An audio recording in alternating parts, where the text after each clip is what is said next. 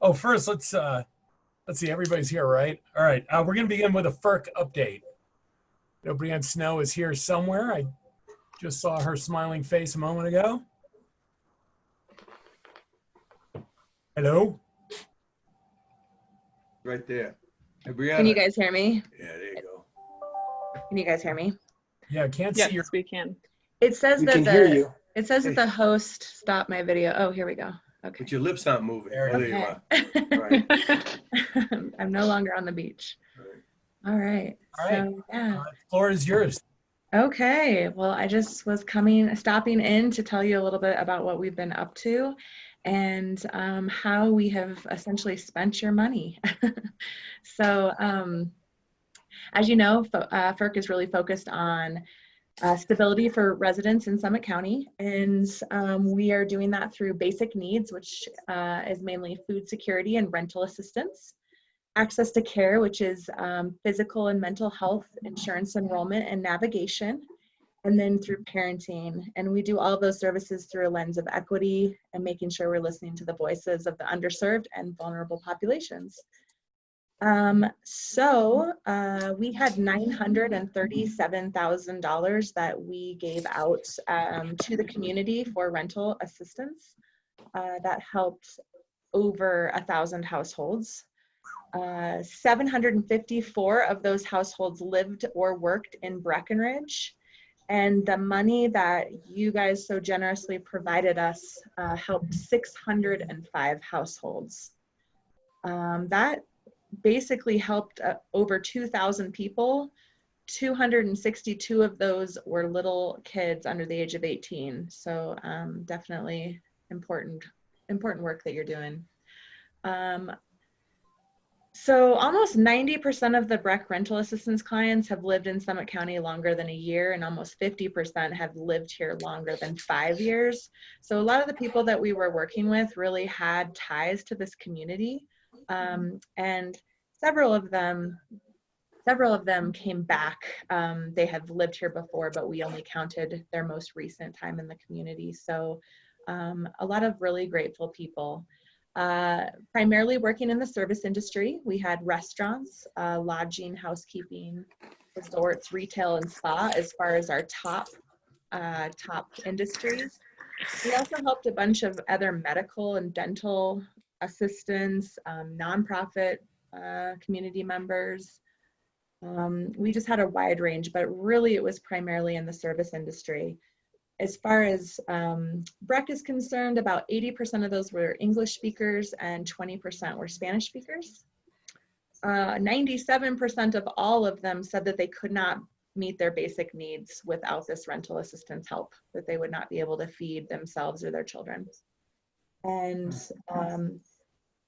a third of the homeowners that we worked with discounted their rent. And so really, really exciting. It was really amazing to work with some of the homeowners. A few more little stats here. We're really working on the disparities that are going on in Summit County. Many of you know that 15% of our population is Latinx, but we're seeing 60% of them develop COVID. And so we're really trying to focus on that population to help them because they're just facing some big disparities like overcrowded living situations, frontline jobs, lack of health insurance, and no sick time. So we're really working with that community to make sure that they're supported so that when they're sick, they can stay home. That is definitely something that the rental program did for them. It definitely allowed them to take time. We worked with quite a few people that were diagnosed with COVID and sick and that shouldn't have been going to work, and so they were able to feel good about staying home. For BREC alone, we helped 25% of the population figure out the census and figure out how to fill out those forms. We helped with TANF, WIC, SNAP, community food assistance, Medicaid, Marketplace. So just a lot of trying to get them connected to other services, and any service that they're available for, we just encourage them to apply. And although we weren't allowed to help fill out anyone's unemployment paperwork. We definitely were unemployment cheerleaders. So anybody that thought it was going to be short-lived and that they were going to be back to work, we talked them, and anybody that we could, we talked them into applying for unemployment because we felt that was really important. We have currently helped in just the last 3 months, 140 of your residents get plugged into health insurance, 41 get plugged into parenting programs, and 81 get their utility bills paid so that they can stretch their budget a little bit more. We've made 130 community connections to places like Summit Community Care Clinic, Building Hope, Mind Springs, just really important other agencies in our community so that people have that wraparound support. And so we've just been doing some really exciting things, not only paying for people's rent, but really connecting them. If I could, I'd love to read you one quote we had from one person, and then I'll wrap it up. I know you guys have a lot to get through. This is from a Breck client. Losing my jobs overnight was something I never saw coming. I have always worked multiple jobs to afford to live in the best town in the world, but it all changed and I did not know what to do or where to go. When I heard Eric talk about the rental assistance program at FERC, I was unsure if I would get the help I needed. I was pleased to not only get $1,000 towards keeping my condo that I had rented for over 2 years, but also be connected to information on unemployment, food assistance, and a voucher to talk to a mental health provider about some of the stress I was experiencing. I'm so grateful to the town of Breck and the help I received. And so that's a client quote. And so, yeah, thank you guys. Thank you to the Breck Town Council for looking out for our workforce. These are the people that truly make our community special. And so we just really appreciate that you guys put money towards towards rental assistance. Also, in addition, I'm going to just make a really quick shameless plug and I can answer any questions, but in addition to providing basic needs, we also want to provide some hope and laughter. So we have the fashion show this Friday. It's our big fundraiser. It's on Friday at 6 p.m. There's 2 ways to watch it.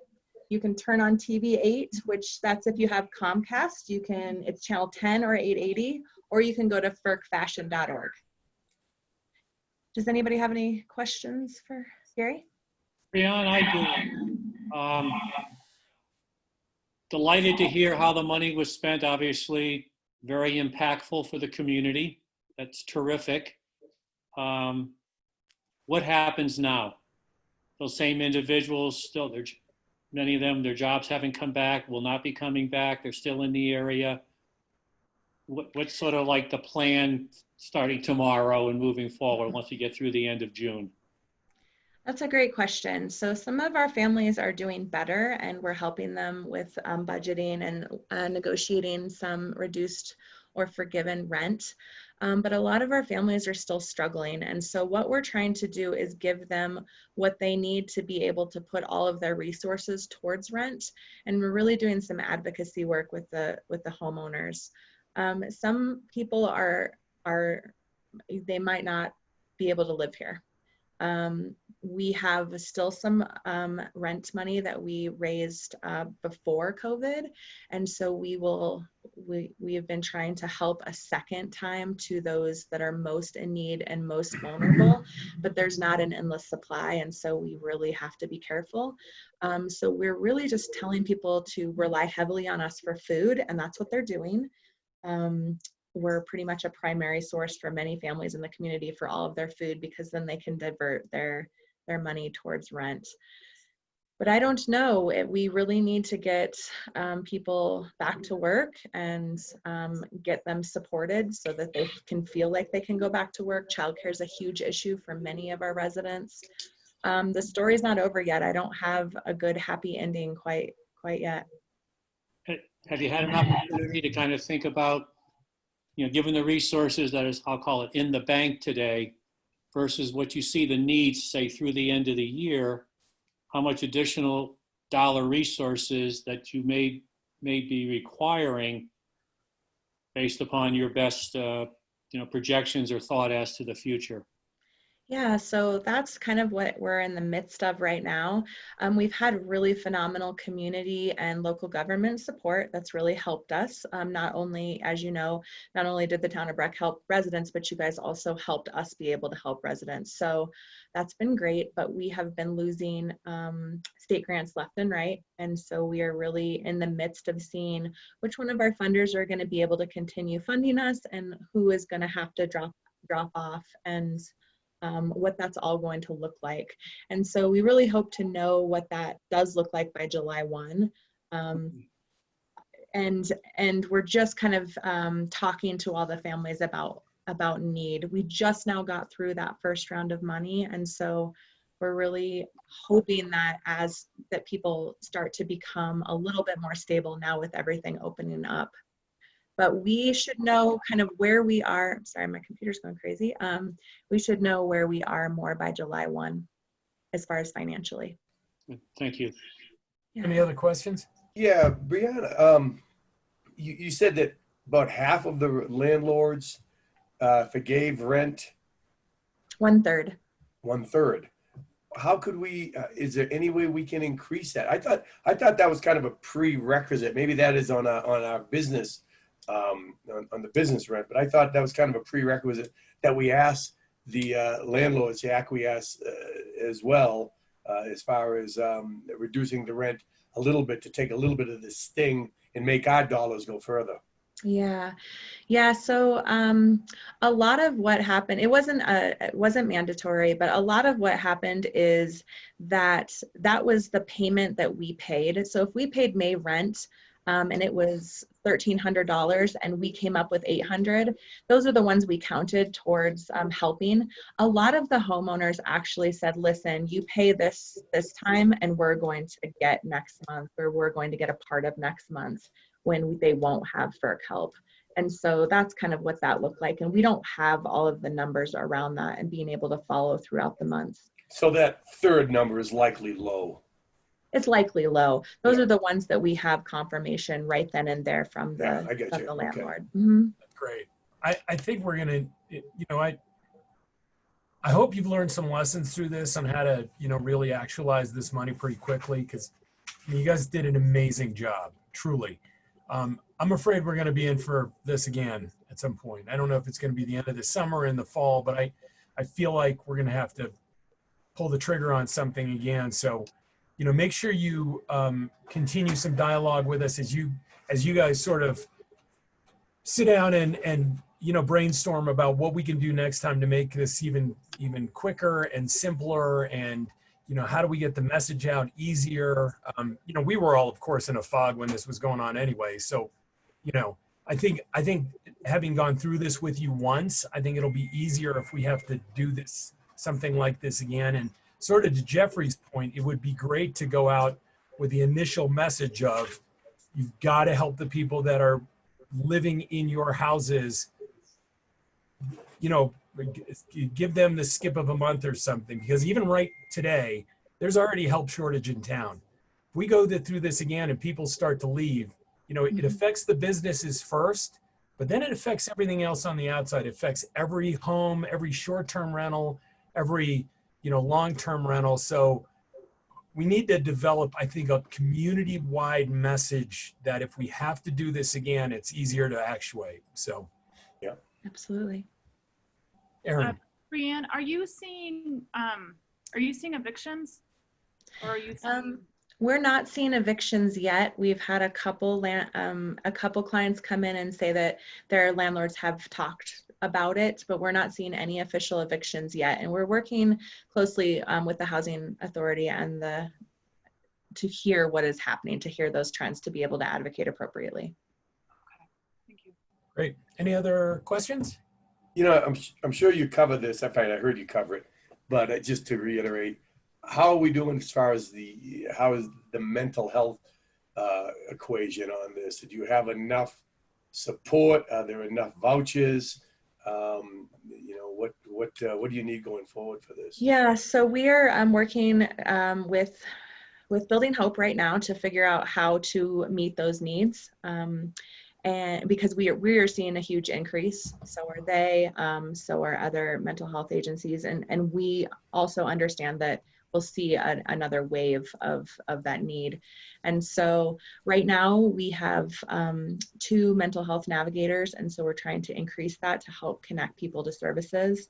And this in the midst, that's definitely part of the work that's being done right now to figure out where our gaps are in services and what we can kind of put on pause in order to really do what needs to be done right now. Brianne, what's your fundraising goal for Friday night? I know in the past you've always had goals. Yeah, we've always we're goal-oriented bunch over here, and we're trying to raise $100,000. Normally, this definitely raises $200,000. So we're just being realistic about what the change will look like, and we hope to blow it out of the water. But we really, with the thrift store still not really generating any revenue, we really need this to work out. So I invite all of you to be there. I think you'll make the 100,000. I mean, Jeffrey's there to really make sure you push over that number. Yeah, I have a deep history in fashion. How does someone perhaps watching this, they tune into the fashion show? How do they make a contribution? How do they get involved? What's the mechanism for the? We are going to have several mechanisms just to make it easy, but always you can go online to our website and donate there. And then we're going to have a Venmo link as well. Try to make it easy on people, and that will be talked about throughout the show and linked there. But okay. Yes, the Venmo link is brilliant. Yeah. Fantastic. Not even real money, you guys. Just give That's it. right. Not. Well, we as a council are just so happy with what you did. For us, it's just cut loose some cash and say, hey, go do the hard work. And we know it is hard work. We know it's stressful. We know that we sort of, we're really pushing hard to get that money out as quickly as we could. But I think we're all very pleased with what happened. We are, it was a great outcome for everybody. Thanks for coming with the data and telling us, exactly who got affected and what you did. So I think from all of us, just a huge thank you for everything you did and will continue to do. Yeah, and it sounds like even the health of the county can thank you, because I mean, just giving the ability for those folks to stay home, that's incredible, and a facet I didn't even think about. So thank you for being the ones that they contacted. That's so cool. Absolutely. Great Yeah, job. thank you. Thank you. Thanks, Brianne. Okay, Jeffrey asked a segue question that we had a little in between, but we go right to mental health with the former Mayor Warner and Baby Yoda from Building Hope, or Jen McAtamney with Baby Yoda. Well, hi, you guys. It's great to see you all. I didn't know what Zoom was until about March 16th. So I hope you can all hear me. Thank you for letting us be here this afternoon. When I called Rick, we were in the midst of putting this together. I think you got it in your packet. Is that correct, Shannon? We did. Yes. And it basically lays out what we thought back in early May, what were emergent COVID-19 related mental health needs. Tragically, we didn't anticipate the 2 suicides we had in our community. But just talking with Brianne, you obviously see there's huge stressors out there on our community, Breckenridge, Summit County, et cetera. And so we put together a plan, and I have to give all the credit to the development committee. Anna Dudek heads that committee. Put out a plan to raise $125,000 very quickly and put into effect these 7 or 8 items that are on page 2. They're all moving along very well. Carol Craig has been hired as the community coordinator. She keeps the kind of the glue together. Jen and our new program director, Kellen, are doing a great job. And the good news, and this will make Rick happy. He asked me when I asked if we could be on the docket today, how many zeros do you want, John? And I didn't have an answer for him. I said it'll be a few. Well, it's actually less than that. Anna and her people, through a diverse bunch of asks, through corporate asks, individual asks, we've pretty much raised the $125,000 for these additional mental health needs. So basically, I'm here to celebrate with you and thank you for your past help, but also to tell you, like you surmised, Eric, there's likely to be another wave. So we will probably be back here talking to you in October, November, or something like that. I hope not. But Anna and her people have done a great job of raising monies. And I think I'm going to hand it off to Jen. She's going to fill in the blanks. Thanks, John. And, you know, one of the things I think John and I are pretty cognizant of the town of Breck and how generous you are with the community. And as we were approaching this meeting, when we had been so successful, you know, what we did is we really looked to the top funders in the community, like BGB Gives and the Summit Foundation and the school district, and to help them understand the needs around mental health that we were seeing around COVID. And we really had a stunning response, not only from those organizations, but we're starting to really see some other corporations as well as individuals step up in the community. So we're really happy that today we are just here to share good news and talk a little bit about how COVID has impacted mental health and some of the success stories that we've had through that time. So we were really fortunate at Building Hope. We were had very good information back in January around the potential impacts of COVID. And I actually had the opportunity, was in Europe when things started getting really weird over there. So when we had started as an organization really thinking about what could operations virtually look like for us.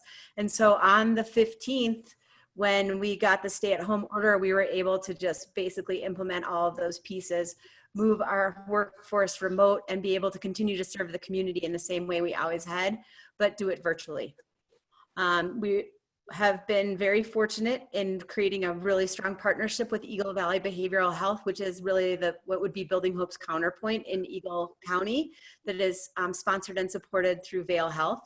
And with that partnership, we have been able to, one of the things first off was really provide a lot of training and support for local therapists around teletherapy. We went from having 3-4 therapists locally that practice teletherapy to 37 within a week.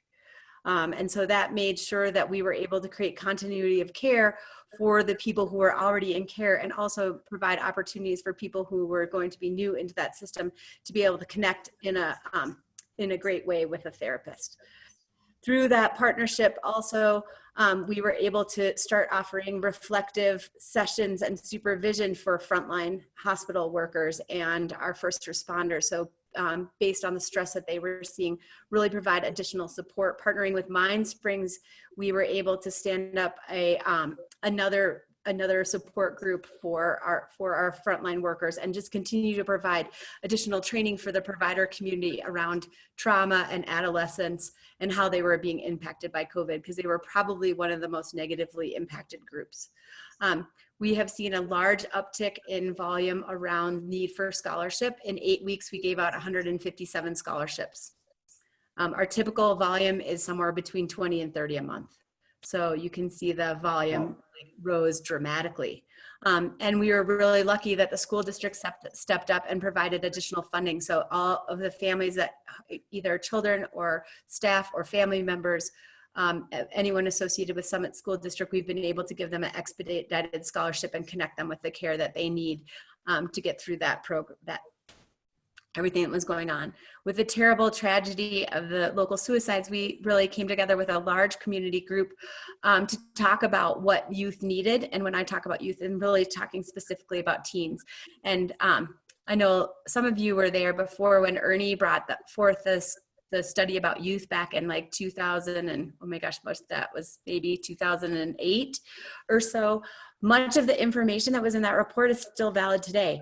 We have many youth who are if they're not in an athletic program, it's really hard for them to engage around healthy activities. And there still is a dearth of activities around youth. So we have come together with a community coalition to create a new set of programming, which is now being called the HYPE. It was actually named by a group of students here in the county. We had a contest and someone got a $100 gift card for that, for their name. But this program will be very similar to the Building Hope Connecting events, but they'll be completely targeted and driven by youth. So we've put together we're working with the kids from the Youth Empowerment Society that were so involved in the tobacco legislation, as well as some of the Mountain Dreamers and kids from Interact, which is Rotary. And we use them to really vet events, but we're doing a multitude of strategies around youth. So one, we're really providing services as a central organizer, and we've hired Carol Craig to do that, to work with community partners like the BOEC, Breck Create, Breck Music, the town of Frisco, the Silverthorne Rec Center, and pretty much anyone that would be interested in serving youth, to provide programming through the summer and into the fall that is outside of normal stuff. It will all be 100% free. It will be available. There'll be language support for Spanish speakers, but most teenagers who are here are bilingual, so that's less of a issue for us, but we're being really cognizant about transportation and other limitations for people to make sure that there's programming options throughout the community. It'll be, somewhere between 4 and 10 events a month for kids to get involved with. So it could be anything. We kicked it off last week with paddle boarding on Lake Dillon with the BOEC. Next week we have a ropes course. We will have art classes. We're going to have some really cool things like drum circles and rhythm stuff. But what is really exciting to me is this is a program that can really live on, and whether it lives with Building Hope or another organization, or its own entity, it's a place that we have needed programming for a really long time in our community. And people have stood up hugely to make this happen. So we're super excited about being able to do that. Some of the groups that we're doing, and really what we're trying to do is create spaces for kids to be able to socialize and connect with one another within the realm and guidelines of public health. So right now we still have to limit those groups to about, depending on the chaperone requirements, around 8 kids. Because we're still really in that 10-person group. We've also been able to pair some of those groups. We did rock painting. That seems really kind of trivial, but there were a group of girls that were painting positive mental health messages on rocks. So over the week as graduation was approaching and kids were coming to the school, they could pick up a rock painting kit at the school. And then we had therapists that had small groups of up to 8 kids all around the county. So we were at the Peninsula, we were at the high school, we were at Rainbow Park, where kids could come sign up with their friends and they could come and paint rocks. And what was nice is there was a licensed therapist there who was just there to, one, make sure that no teen chaos broke out, but also, most importantly, really be that conversation starter and make sure that kids knew it was a safe place and it was a good place to talk about their feelings, making sure that they are available, that they're aware of the resources available in the community. Because what most teens don't know is that after the age of 12, if you want to get therapy, that you are basically medically independent and can make that decision and engage in therapy on your own. And through Building Hope, we can issue scholarships. So even if your parents aren't supportive of therapy, although we really want them to be, that is not always the reality for many kids, but we can connect them with the care that they need outside those usual familial structure. So super excited about this new program, and look for more information on HYPE. It won't be in places you usually probably look. We'll be doing a little bit of advertising in the Summit Daily, but most of the work we'll be doing in terms of outreach will be focused on social media around things like Snapchat and TikTok and Instagram. So really trying to meet those kids where they are. And like I said, these is really driven by youth. So we're basically building a youth steering committee that can vet these events and decide if it's something that they actually think people would be interested in doing. So really super excited about that program. I think it's a really important support to make sure that kids have healthy, safe places to connect. Now turning our attention to the adults in our community, as Brianne said, and had talked about, this has a long tail on it. When you think about a pandemic, the things that are initially impacted are the medical community, right? And you have perhaps the overwhelming of your hospital system. But the next thing that happens in a pandemic is people are neglecting chronic health conditions because they maybe can't access the doctor. And then even beyond that, people are delaying vaccinations, mammograms, other screenings that are really typical. And so there is huge long tail with regards to health impacts. But the fourth wave of a pandemic is really the mental health impacts. And that includes psychic trauma, economic stressors, just the whole uncertainty and scariness of living with a pandemic and a disease that may kill you, or the very real fear of being someone that brings it to someone that you love and then they get sick. And so we recognize that this is something that really a lot of people were feeling and experiencing. And what we really saw as especially early organizations started opening up just a little bit, some of the essential businesses saw a lot of stress among the employees who were coming back to work.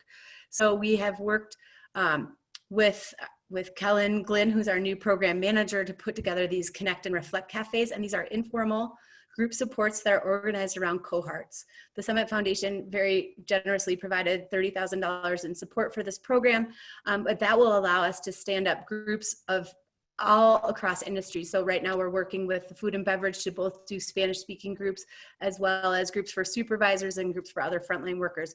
We've been providing them for childcare. We're actually working with the Forest Service right now to provide similar supports for them. So this is something that we have funding for now through the end of the year that we can offer these. And all you need to do, all organizations need to do, is reach out to Kellen and we can do that. We can additionally provide those just around simple peer groups like parenting. So anyone that wants to be able to work in something like this or have this sort of support, something we can give. So that we're really super excited. This is really one of those universal supports that are highly unusual in a community, but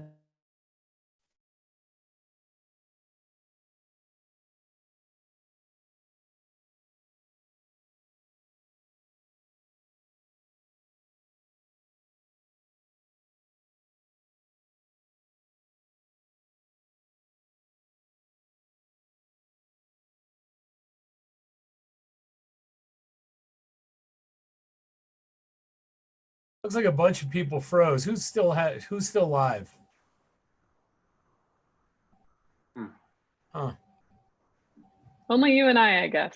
No, Well, I am. Shannon is. Shannon is. Oh, Jen, is Jen back? I'm back. Shannon's back. Okay. That was a magic thing. That was weird. that's really weird. I was sure it was my internet, but I'm glad it was universal.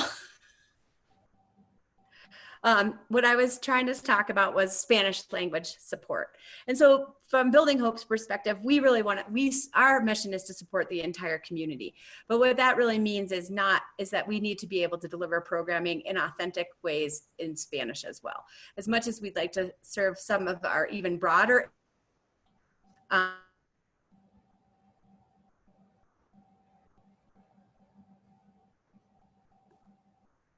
Huh. Is that everybody that's not on Allo? Is that what that is? very specific. I'm not on Allo, correct. That's why you keep freezing. Yeah, Oh. Jen, Yep, there, you're back? I'm He's back. back. Okay. Are We you had in a dial-up? frozen moment. Yeah, we got to, yeah. All We My have right. a connection glitch. is unstable. Okay. Hey, anybody have any questions for Jen and John or John? Jen, Hey, Jen. those Aaron. age, what were those age groups you were talking about? Sorry, for the kids programs. Yep, ages 14 to 20. Dennis? And just a little nuance there. We really organize stuff that's for more middle schoolers, that kids without transportation, and then kids with transportation. So, Hey, Jen, obviously the impacts to the community are impressive, but I would like to say to you personally, great hire with Kellen. thanks. Hey, Ed, what kind of participation are you getting in these programs? In which ones are you talking about, Dick? Well, the teenagers, I guess, I'm wondering. Yeah, so the 2 events we did last week were full. So, How about the support group for industry folks coming back to work? Those, they really are mixed. Sometimes, like one of ours for the first responders last week, there were only 2 people, but the week before there were like 10 people joining. So those kind of flux depending on where people are. And so that's why we built them to be really flexible based on that cohort. What we did is for childcare, before they opened up, we provided a couple of sessions. They were feeling pretty good. We'll likely be back to them again here in July as the group size expands and there's some more implications around regulation and how schools have to be run. And But we really something appreciate your work and particularly your response to the tragedies. thanks, Dick. Hey, Jen, speaking of that, in that vein, did you say that a parent can stand in the way or deny their child to go seek mental health counseling? Yeah, well, yes. In particular, if the parent is in the room, is really when sometimes we see that. But legally, the age of real independence around seeking therapeutic services is 12 in the state of Colorado, and that was as of July last year. So it was a big thing. Jen, the childcare therapy was really, really well received. So thank you for doing that. And I know that they're going to need another round coming up. So I'm glad to hear that you have another one already scheduled.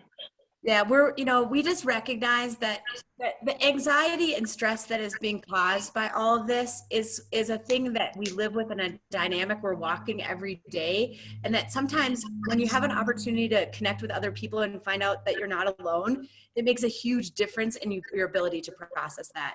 And I just think that's really important. I also just want to take the opportunity, Eric, I see your updates all the time, and I just can't thank you enough for talking about mental health in such a honest and upfront way. It really is health. And when leaders in the community can stand up and talk about this, it makes a huge difference with people having help seeking behaviors we really want to see. So Thanks, Jen. Thank you. All right, anything else? Questions? Well, Jen, thank you for everything you've been doing. And John, it's always nice when you come and don't ask for money. That seems to be the trend. And you know what? We're going to have to dig money out for things like Building Hope and other things as this goes forward. Because, like I said before, we are not done by any stretch. So, Rick. I think we just had a great update from FERC and also from Building Hope. And we realize that the need out there in the community is not going away, and the need is even greater than it is under normal times. And the one thing I will let the council know is that if you remember when we put the nicotine tax together, we wrote that fairly broad to address health-related type issues, and I think physical, mental health, et cetera. And, we look at those big needs as probably Building Hope for Community Care Clinic. And so there's a special nicotine tax advisory board that's made up of the managers that will be coming together in the next 30 days to really start laying out kind of recommendations to each of the councils across the county about how we would suggest that money is allocated out. It will be up to every council's decision, but you're going to have a pot of money there, I think, to work with, because our numbers for the first 3 months of this year, we've got over 200,000 collected just in Breckenridge on nicotine tax. So maybe people are smoking or chewing more since COVID. But so we'll take the silver lining, right? We'll take it. Anyways, I think if we see that trend continue, there'll be dollars there that are meant to be spent on these types of programs, and we'll be bringing recommendations to you, and probably working with these primary groups also, how we could kind of have a planned approach countywide for this. So more to come. Okay, I feel like you said it, but what did you say the timing on that was? Well, we want to be prepared when typically early fall is when we really start to see the requests come in, the grants. As people are developing and doing their grant requests, we want them to look at this as a different avenue than, because some of the towns, we may not have the same money under our normal grants that we've been doing. And so where we may have given, I'll take Building Hope as an example. If we gave them whatever, 25,000 under our normal fall grant program, maybe they're getting money instead over here through the nicotine tax, and it'd be a larger amount. So then they wouldn't be applying to the other. So we want to make sure that we've got all the foundation laid for this stuff prior to the fall. So That's good news. Not the smoke, the tax. I'd like to add one thing, or a couple things. I want to thank you all. You're doing a marvelous job as a council. Eric, you're doing a great job communicating. I really appreciate what you guys have done, and I miss you. So thank you. Miss you too. John. All right. Well, thanks for coming and joining us today. We appreciate you. Is everybody hearing everything?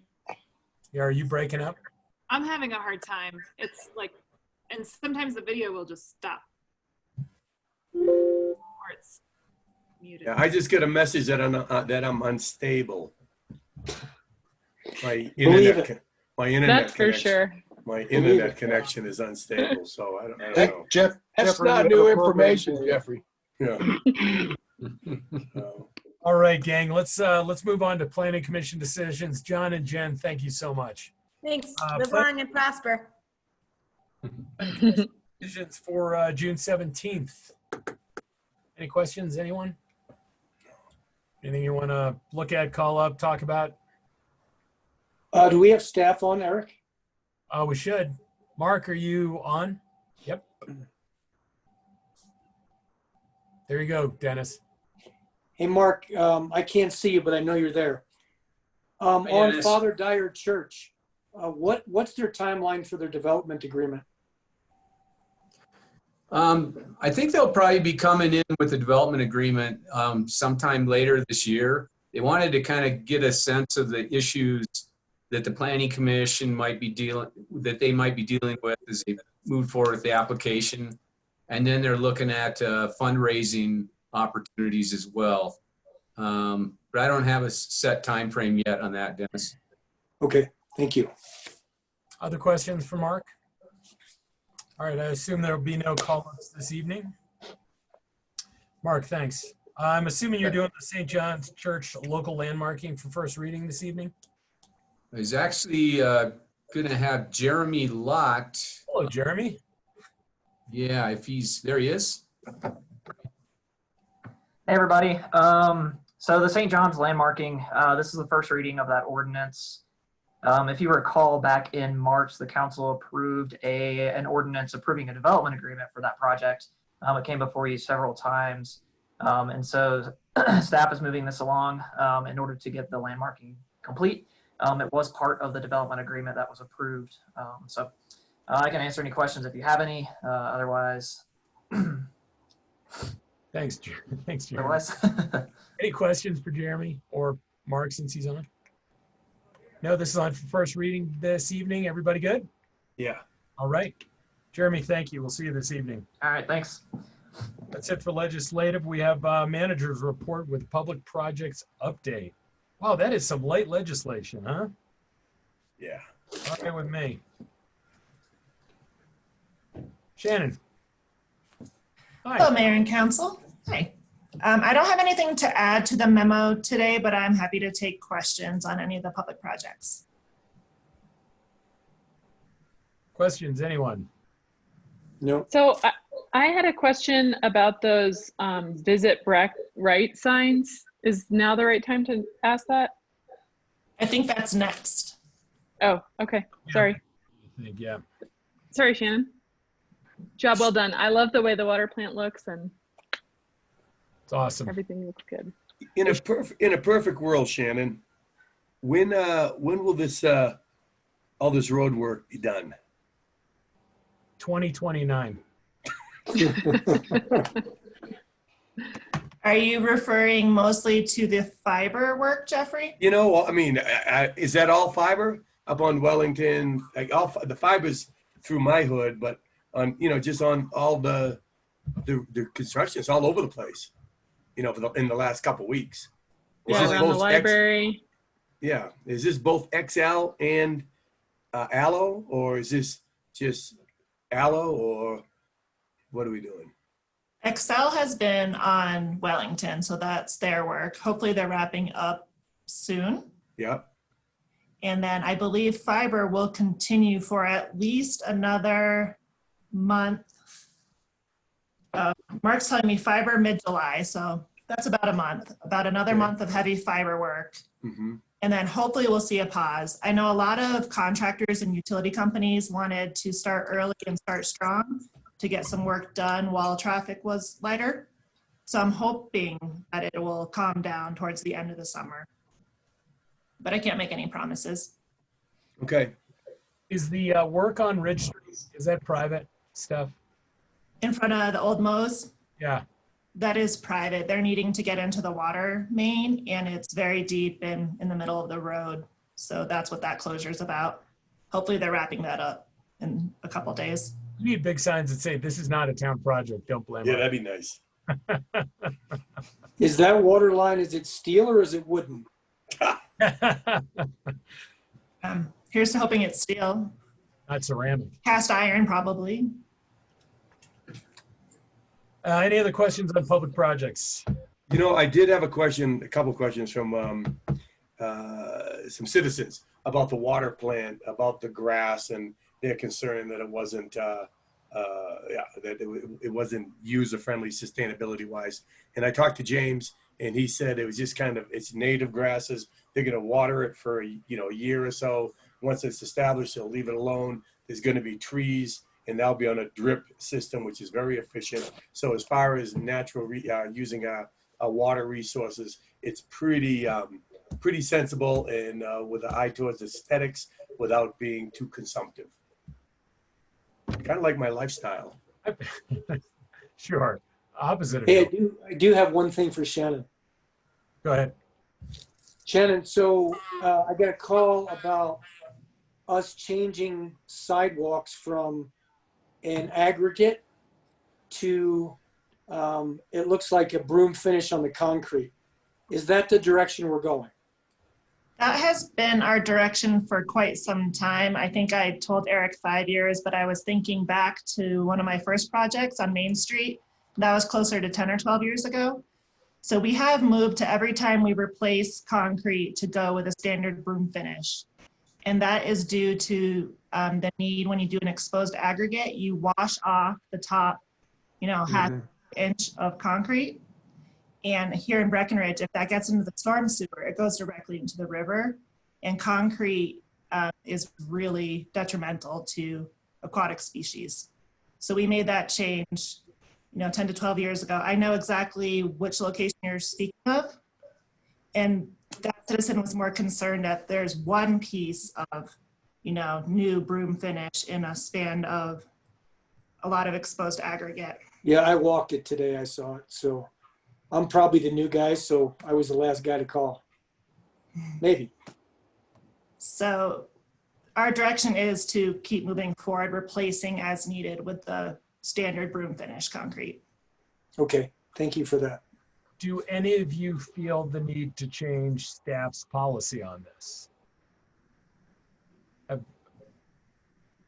I mean, I don't. I think it's a environmentally sound policy, but if you want to take a stroll through some of these areas, it started on Main Street, and you can look, it does look odd when it's just one section, but we do a lot of concrete repair over time. Eventually everything will be brush or broom finish. So, we could talk about this at a future meeting if you would like to do that. So just put that in the back of your brain pan when you're moving around town, have a look. Anything else on parking and transportation? Oh no, that's anything else on public projects. Now anything on parking and transportation and the Hyder update.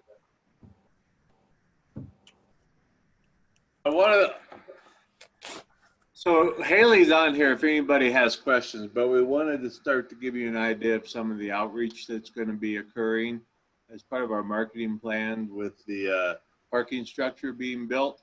A lot of these things, if you look through that, you know, maybe geared more towards the skier traffic in the winter. But we just put it out there for FYI. So any comments? I had a couple of questions on those. One, I've been asked a bunch of times how often the shuttles run out of the free lot, and I don't really know. Right now? Well, yeah, so I guess that's the problem with putting it on the poster, is that it's always different. But, you know, it's just hard to tell people to park there if you're not really sure if they'll have to wait 30 minutes for a shuttle or 10 minutes for a shuttle. You know, Kelly, right now it's just our bus. So, Oh, so it's just the gray route really, and it doesn't Gray. go actually into the lot. It's just on Airport Road, right, Shannon? Yeah, so our intent is to try to time the messaging also around the potential for running an express bus out there. So it's somewhat delicate because we don't want to run a bus when we don't have people out there, and then we don't want to push all the messaging and not have a bus. So we're also trying to look at what are our volumes and occupancies before we start pushing that. So there's a little bit of timing we're trying to get right on that piece of it. That makes sense. I just think, you know, I feel like if we do this right, we could have sort of long-term impacts of getting people to park before they come into town. So I'm really, really anxious to service those lots at a very high quality so that that experience is like the new norm for some people who don't mind leaving their cars out there, because that would help so much if we could just provide, like, you know, never more than a 10-minute wait. Then people would be like, why would I pay to drive into town when I can just hop on the bus immediately? It'll be nice once the ski area starts running their commuters, and it'd be really nice if in July there's an expansion of the amount of people you can have on a bus from the state. So. Oh yeah, yeah. And definitely. hey, it's Haley. I apologize. None of my video is working, so I can't see any of you guys, and I can't turn mine on. We look amazing, by the way. But there, you know, I think that's why we had them also add the ice rink. Kind of the focus was we don't want to make this a problem for transit until it has to be. And so, you know, until we're really seeing that full capacity in town lots, I think we've been holding off on really pushing the airport road messaging. That's why we also, you know, are trying to add the line about, you know, like a green commute is a good commute, to encourage people that if they do have to park out there, that it's really not a bad walk, it's not a bad bike, it's something that's really manageable. And so trying to encourage that sort of lifestyle change as well. And then, yeah, definitely being cognizant. That's something we talked about a long time, about the waits out at Airport Road. And, you know, in the winter, if there's any way, you know, maybe a business wants to set up a stall out there and sell something, or some giveaway, something that's kind of like entertaining and engaging people while they wait, if they have to wait. Yeah, I thought that food truck idea was fantastic. Loved that. Be careful there. Careful. I know. Careful. I know. Hey, I know we had a local doctor sent me some of his suggestion about our list about kind of the list about riding the bus. And he thinks we're a little bit short on some of the symptoms that people need to be aware of to decide if they are allowed to ride the bus. And I think he sent it to, I know he sent it to Eric and me, but I'm going to send that around to you guys after this meeting. But, you know, he said we should add fever, chills, cough, shortage of breath, headache, muscle, body aches, yada, yada. It goes on. But then he said for free COVID-19 testing, please call. Then he lists a number. So I don't know if you guys think about that. I'll send it. I just opened it up before this meeting and didn't have a chance to forward it around. But he thinks that our disclaimer or the warning laminate to ride the bus is incomplete. You could have just said PJ. We all know who you're talking about. I know. Local. the only doctor you know.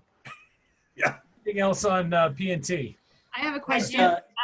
Yep. What is priority? What is the priority parking get you in Airport Road?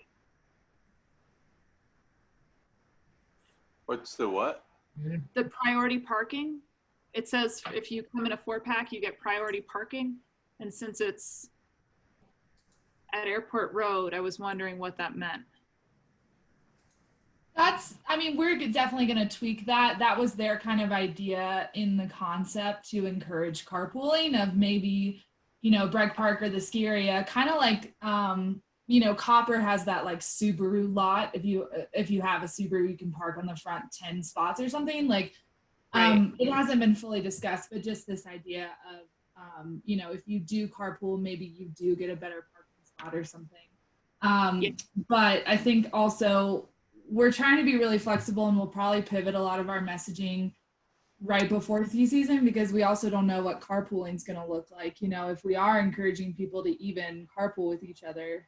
So we're trying to be really cognizant and flexible about that too. Well, I think it's a great idea to encourage carpooling. I'm concerned about how often we'll run out of spaces out there, considering we don't have the in-town parking that we had last year.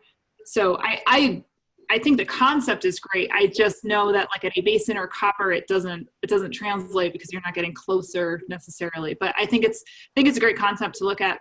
And just to piggyback on what Kelly said about the timing, I think that would be great in the winter to say how long it takes, because I think people will do the math of, okay, 10 minutes or even 15 minutes.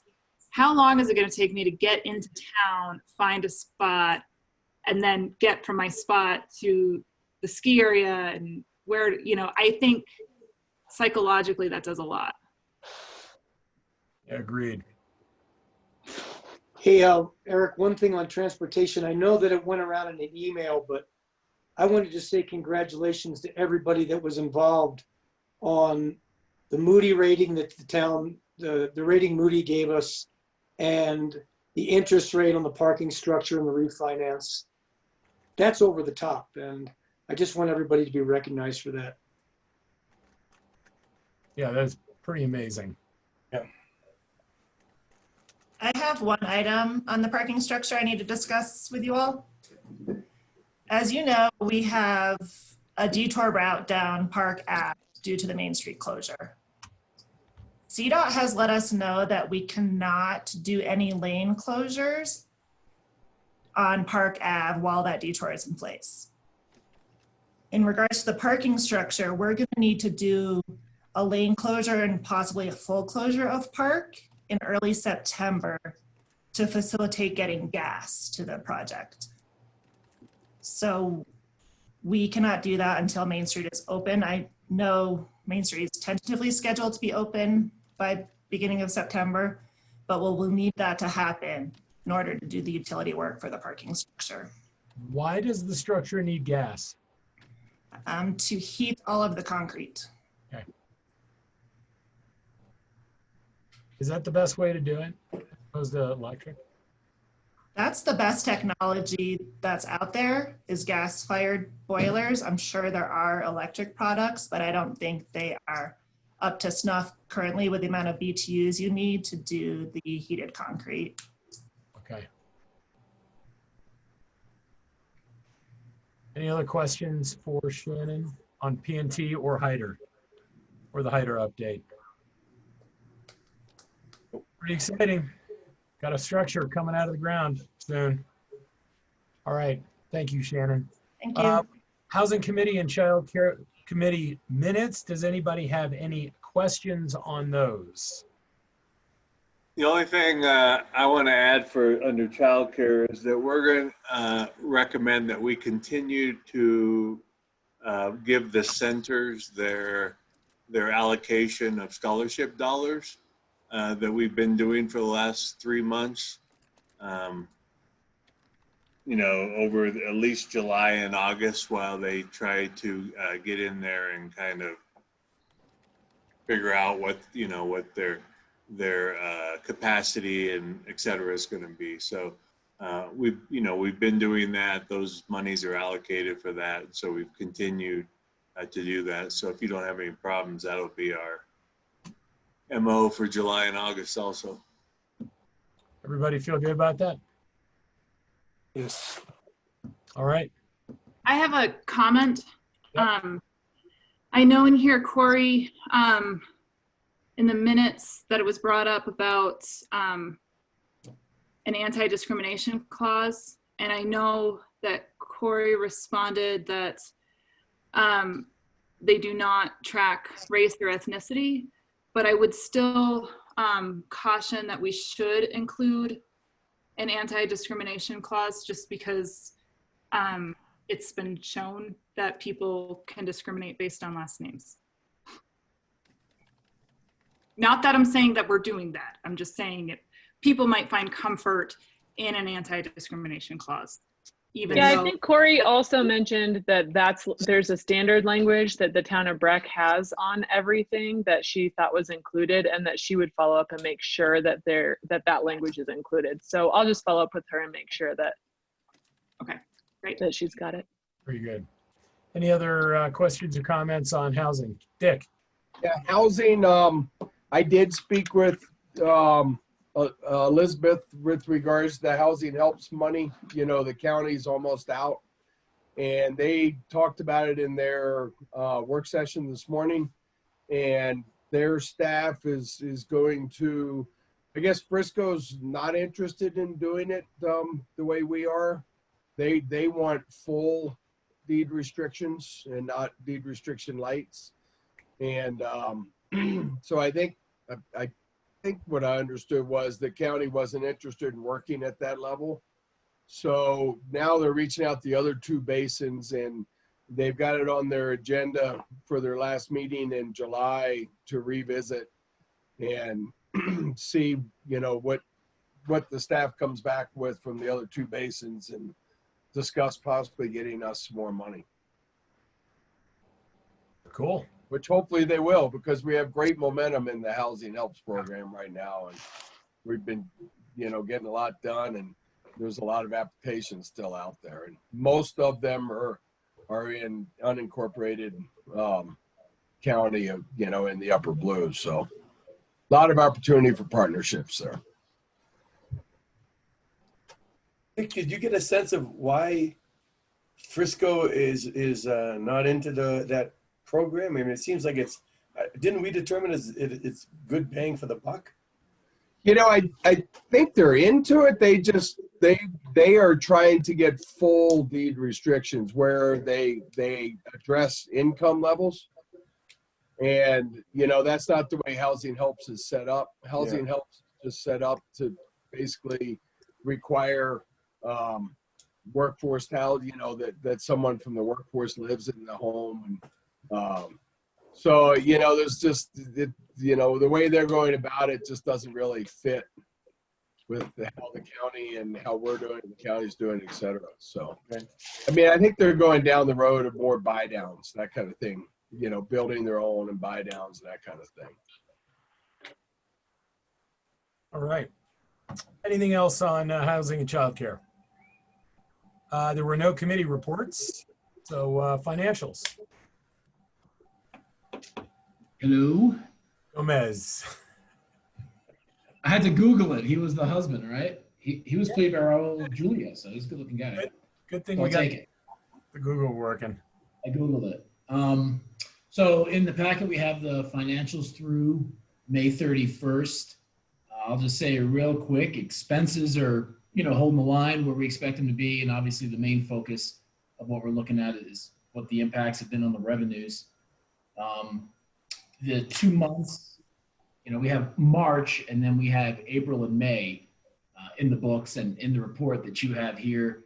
April and May being, you know, 2 months that were fully affected by the closure.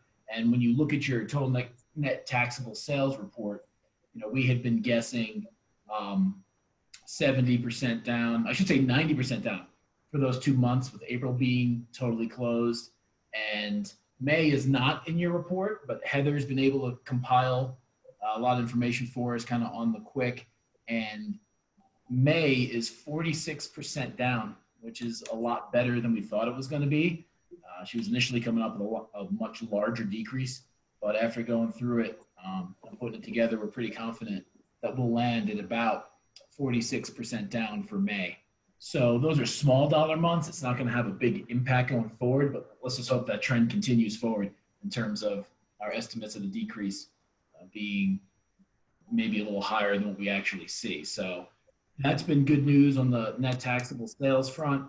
And then RET, since we've shut down for COVID, more or less, RET's been down 50% since we started having the restrictions in place. So that's better than the 75% we were guessing. Obviously, we are just wading into this thing. You know, as we all know, that the big summer months are June, but to a bigger extent, July and August. So we'll just keep an eye on it, and that's what's really going to shape our projections in this next couple of months. So that's what we're seeing right now as far as trending. We're seeing a little better result than we thought, but again, it's not, these numbers aren't going to have a big impact on where we're going to land at the end of the year as far as trending. It'll be the summer, and then, of course, winter. Any questions for Brian? I just will say anecdotally, town seems busy. You know, so hopefully that'll translate into decent numbers for June.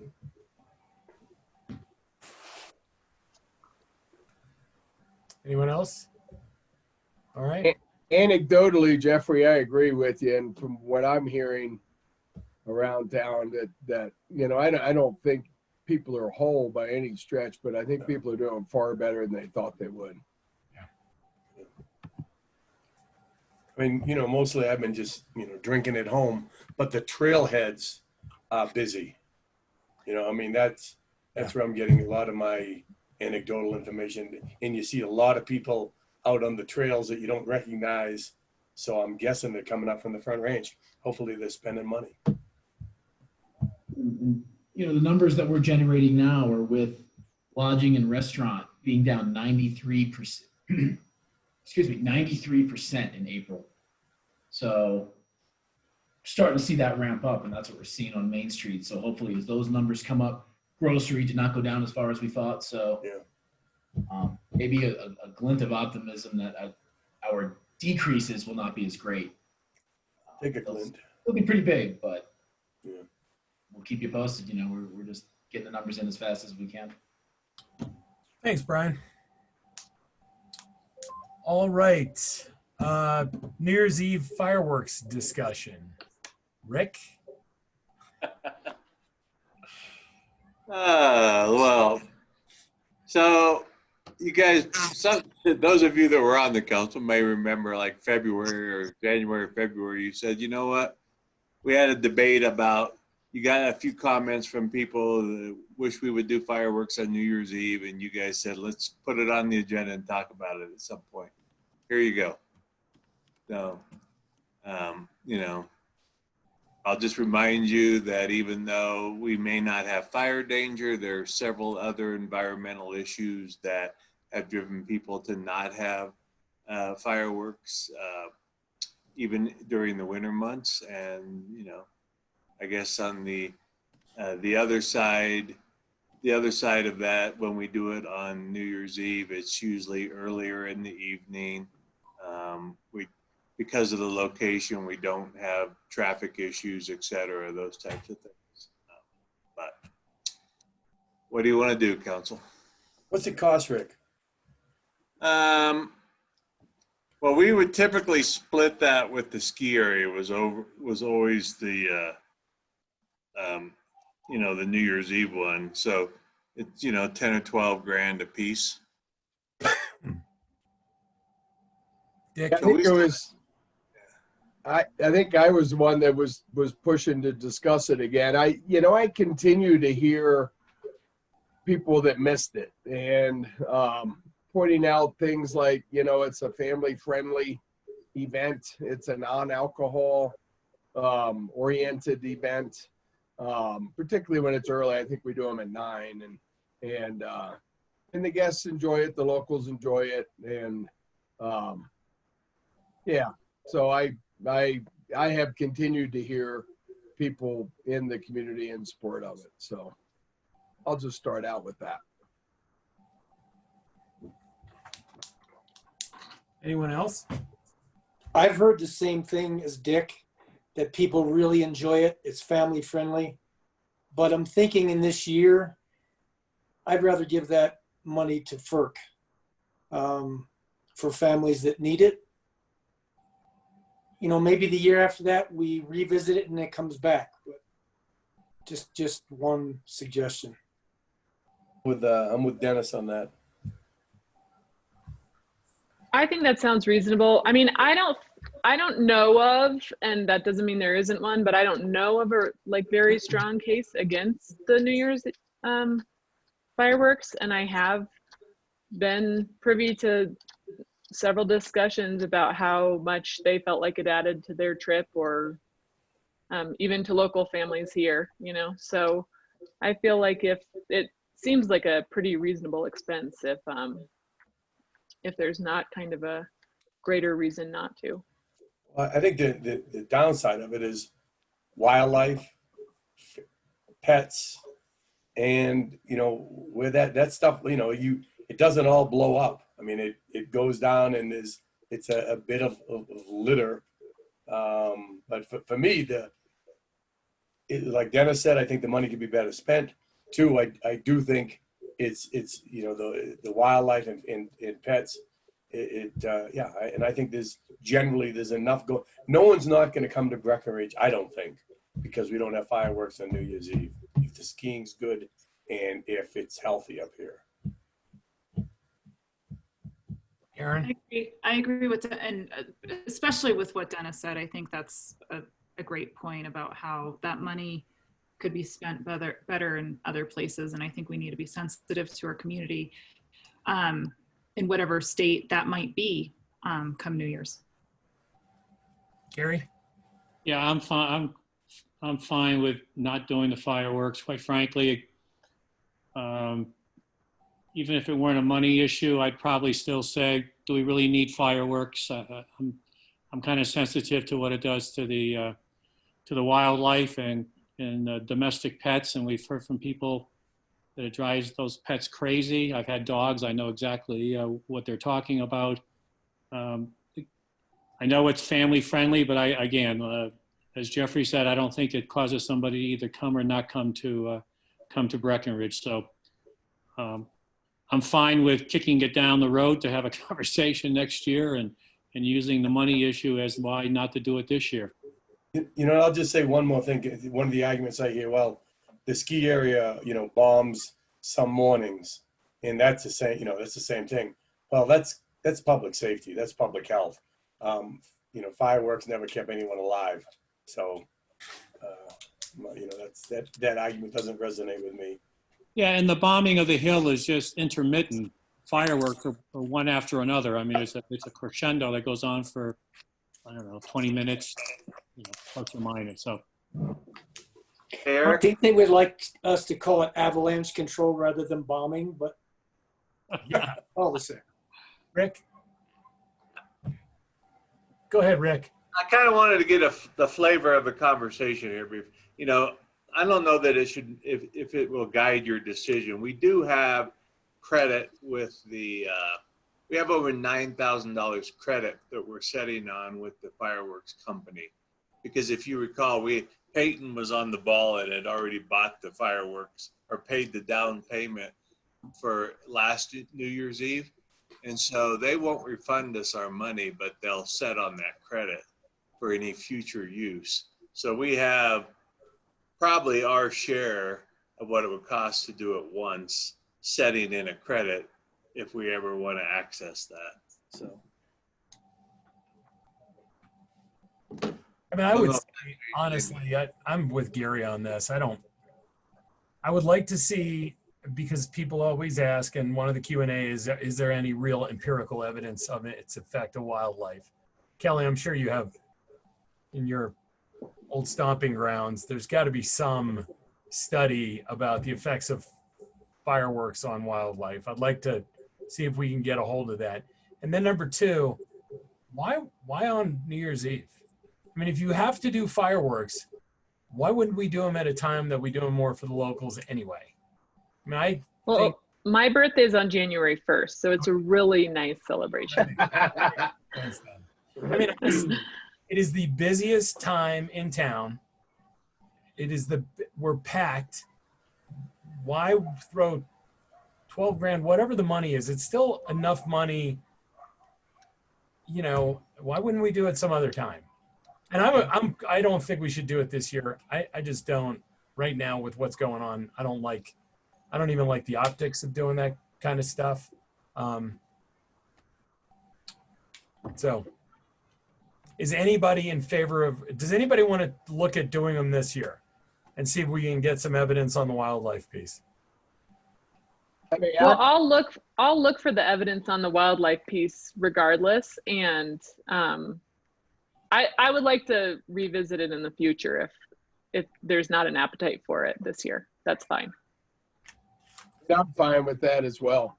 You know, I'm not gonna, this is a weird year. I'm not pushing for this year, but I do hope that we can keep a open discussion going. Can always do that. All right. You got that, Rick? Yep. All right. Here's another great discussion, dogs on buses. Another thing you wanted to discuss. Yeah. Thanks for putting both of these on, by the way. Appreciate it. Yeah, I know you do. So I got James on here if we need. His memo is very self-explanatory. I think he and Jen laid out staff's position. We don't support changing the practice the way it is right now. And for a number of reasons, the majority of people don't just allow any dog to be on a bus unless it's a service dog. We do, we rarely do we turn people away. So most smaller dogs are put in somebody's purse because that's considered a carrier, and they're riding on the bus. We share routes with the ski area. The ski area does not allow dogs on their bus either, and so I think it's something that we don't really support. So it's up to you guys. All right, who wants dogs on buses? Who wants dogs to drive the buses? Let's start with you. That would be an attraction. I'm sensitive to this thing, but I just see a Pandora's box of issues if we do this, and I'd like to look at what happens on the summit stage for another year. And I'm not into it right now. I'd be very happy to support staff's decision of no dogs on buses. Yeah, I agree with Dennis.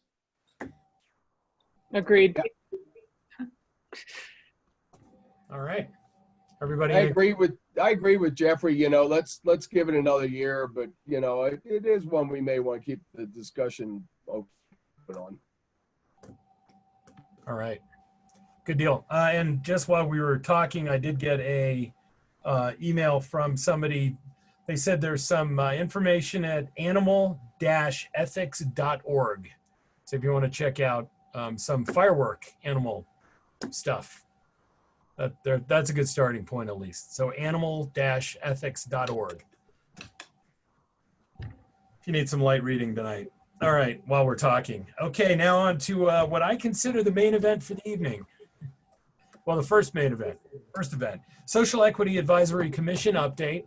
And since Dick has done a ton of legwork already, I'd like Dick to start off and then Aaron to chime in and then Kelly and the rest as we go on. I'd like to get to some outcome this evening so we can push this forward. I know everybody's got different opinions of how this should roll. So Dick, why don't you go ahead and begin? Sure. Thanks, Eric. I want to start by saying Aaron and I have been communicating a ton and trying to, talk stuff out. And, I think there's a lot of progress being made in the discussion. So, based on council discussion last week, I think the initial step was Eric, Rick, Shannon, Haley, and I got together and put that first draft of the application and the one pager together and, kind of wordsmith and worked on it for a while. And then, we've sent it out to the rest of the council for you guys to look at. At the same time, I've been contacting, those that I respect and partner organizations, and really just trying to put the feelers out, let people know we're working on this. Please, get word out in your communities. We're going to be accepting applications for commission members, and just really working hard to get the word out. I think I've received about 10 or so indications from people that they are very, very interested in applying, and that would be people with firsthand experience of these inequities, who live, in the Upper Blue or work in the Upper Blue. So that's really exciting, and a lot of them are folks that I view to be highly qualified, and I think will be great additions to a commission when we get there. I really want to stress I think in my mind, these pieces that we sent out, the one pager, that is a starting point. The feedback I'm getting from folks is, we really want to put out some information about what we're doing to get people excited, to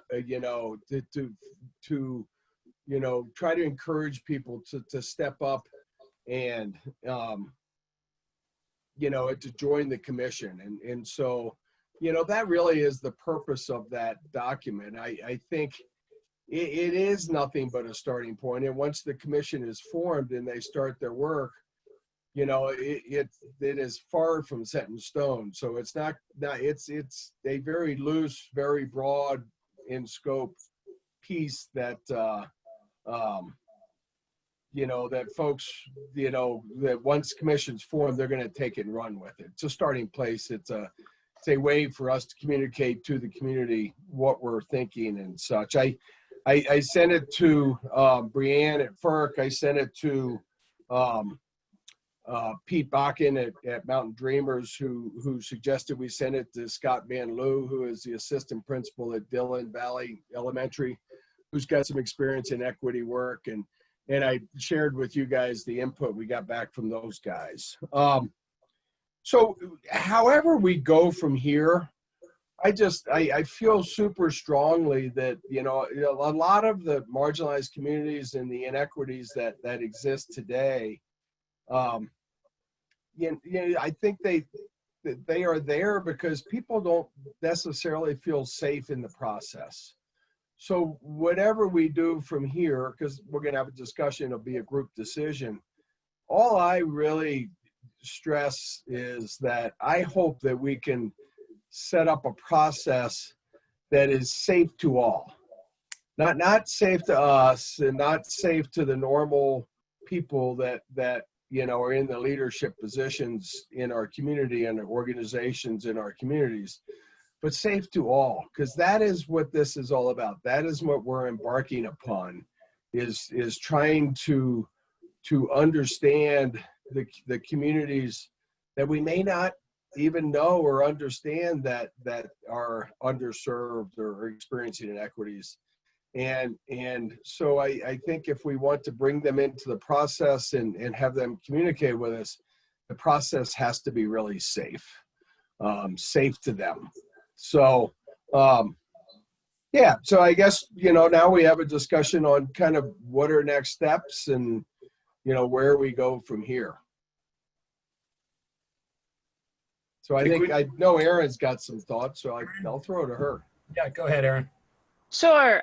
Thank you. I've had a few thoughts, and I know that I've talked to some of you about my thoughts. So first off, with the ad and the vision and mission statement, I think it should be, first of all, really understood that that's a working document and that the commission really needs to define, or that it needs to be defined in the future with some more information.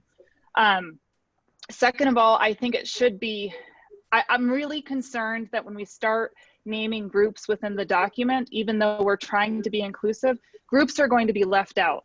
So I highly recommend that we go with something that's high level and we say things like all people, because either we're attributing issues that people may not feel the issues that we're attributing to them, and B, if we leave people out and they do feel marginalized, then we're also making a statement. And then C, I think that we make a misstep when we start defining the problems, right? I think our community needs to address how they're feeling, because this is all about perception, right? In most of our committees and most of our initiatives, it's either,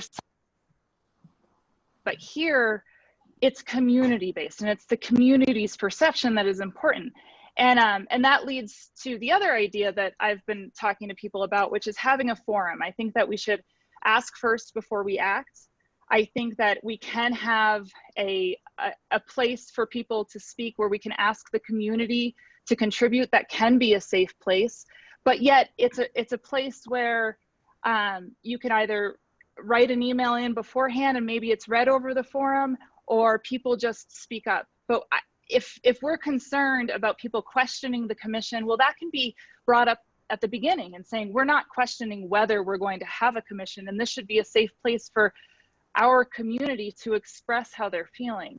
And if we don't, I get really concerned that we are assuming we know what the problem is. And I get concerned when we start to take in applications and judge those applications or those applicants against something that we have in our minds about what we're trying to address. And I think this is just something that needs to be addressed differently. And I think that we can create that safe space, but I think it's really important for our community to first acknowledge what discrepancies they're seeing and what gaps they're identifying, because otherwise we're assuming and we're making judgments based on our experiences. And I think it's safe to say that our experiences are not the end all be all. And I just get really concerned that we'll make some missteps if we don't.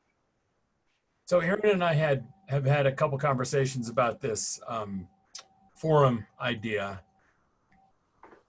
I think we should go and ask for written comments for multiple reasons, but I think a forum can be very intimidating to some of the people that we want to engage.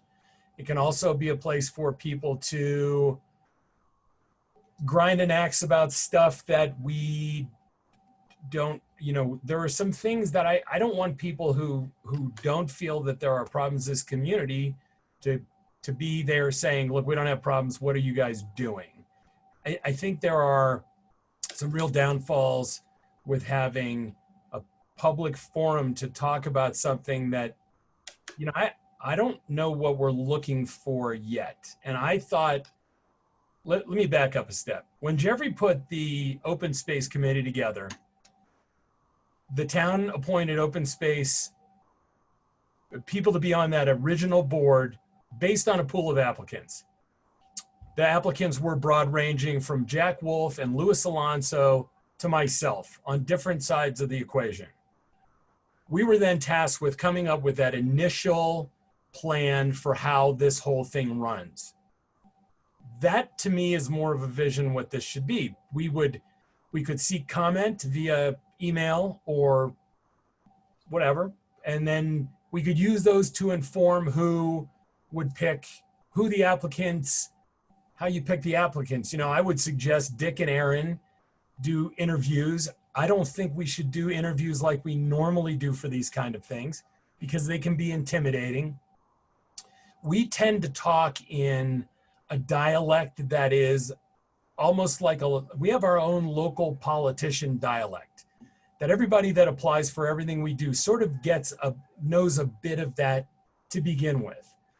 I don't want to put anybody on the spot if they don't really understand some of the terms we use. So I thought maybe Aaron and Dick could then interview everybody either in person or over the phone, whatever they thought, either each individually, if people felt better about one-on-one. So those are just some of my thoughts about going forward. And then, who knows how many applicants you're going to get. We're looking for 9. We could get 3. We could get 300. And both of those are problems. I'd rather get 20. That would be great. And Dick and Aaron, I trust wholeheartedly to pick people that could then go off and write the rules for this new organization and write the game plan and the mission statement. Because I don't feel like I'm qualified to write a mission statement for this advisory group at any point. Whether we have a forum or not, I do not want to write the mission statement for this group. I want the group to write it themselves. So those are my. You know what? I mean, the boss hit it on the head when he kind of opened this thing up a couple of weeks ago. We don't know what we don't know, and yeah, I'm in the same boat on that. I think as far as a forum, I agree. It probably should be email, should be written. I mean, there again is like Dick said, to protect the privacy, to make it safe. I mean, say I called in on a forum complaining about my boss. Everyone knows my accent. You know what I mean? And so I think it should be more of an anonymous, and then we could filter out the axe to grinds and say, well, this is something realistic, a realistic issue that we hadn't considered, and we task the board to look at that. But there again, I bet there's just so much stuff that we don't know, or that I don't know, and that's where I think a forum would pay dividends. And I do think we just have to keep it, make it easy and safe for people to kind of share their life experiences with us. And then we might not be able to do something about everything, but at least we'll have an idea of what the perceived needs are. Gary. Yeah. Coming to this discussion, I had really 3 thoughts that I wanted to share with everyone. 2 have now been addressed. I was very pleased to hear, Dick, you saying that the documents that have been produced thus far really are a work in progress, and that ultimately the documents that will guide this process in the path forward is something that's really going to be generated by what's called the commission members with whatever input they've gotten along the way. So I think that is terrific. I also think my second point was, I think Dick and Aaron doing the interviewing, that is exactly the way to do it. The fear of the town council interviewing anywhere from who knows what the number would be. I remember when I was first on council, we used to interview for the planning commission, and it was pretty inefficient. Each applicant would come in, you had canned questions, it was a 3 to 5 minute interview, and then you would select somebody, and that was not the way to do it, and obviously a better process has now been developed in order to do that. My third thought, just to throw out there, is I think we're all saying that we don't know what we don't know. We have not walked in the shoes of people who have been disenfranchised for whatever issue, law enforcement, housing, how do you put food on the table, any sort of discrimination, okay? And I see this as extremely important. This is going to be a marathon. It's not going to be a sprint. This thing is going to live, it's going to have long legs. And I'm just wondering, as we start to move down the road, we're already starting to say, well, maybe we should have a forum. We should get this information. I'm just wondering, does it make sense that we, as we get started initially, before we start making some hard decisions, even selecting people, that we look beyond Summit County? I mean, this is an issue that really it's become a global issue. It's certainly a national issue. It's a regional issue, and yes, it's a local issue. And more likely than not, the best results are going to come from the local level. As we know, generally government at the local level will get more accomplished than state and federal and so on and so forth. I believe there are groups out there that have addressed issues like this and have a history, have a track record. And I'm just wondering, would it make sense as we begin to get going here that we have some conversations with some folks. Either they come up here for a 3 to 4 hour with, Aaron and Dick and maybe one or two others, I don't know, to really help us come up with the appropriate guidelines. How do you get something like this really started? What are the hot button issues that you've seen, that you, the expert, has seen in other places? How do we want to begin to formulate our vision and our strategy? How do we want to select people? What kind of people should be selected? I don't think it's something that if we were to do that, it's probably, a few hours investment, maybe, 2 meetings with the right group or individual. Because at the end of the day, I mean, here's how I feel. I feel for the whole council, generally upper class white folks. What do we really know? And how many times in history have we found that people have started down the road with the best intentions, but they really haven't talked to the right people early enough to really put something together that's going to stand the test of time and provide, I think, a very efficient and powerful path forward. So, I don't think it's something that requires a lot of time that's going to, cause something not to get moving, sooner rather than later, but recognizing that it's a marathon. Would we be better served talking to some folks that have probably got a lot to say and can provide us a lot of guidelines so that we can really sharpen our focus and be a hell of a lot more efficient, productive, and get sooner rather than later to some solutions regarding social equity that work for all. So that was my third thought that I wanted just to throw out to council. Should have opened with that one. Huh? Should have opened with that one. Well, the first two were easy, because they'd already been resolved. So I'm just happy to learn that I'm high class. so, He said upper class, not high class. That's not what he said. Oh, did he? Okay. How does everybody feel about that? That sort of tact. I really like that idea. I think it's a great idea, and I hope this is okay to say. Well, I'll say somebody who does this professionally, and so that might be a good place to start with the equity project, which Adrian, I've just opened it. Garbled for a minute. Would you say that again?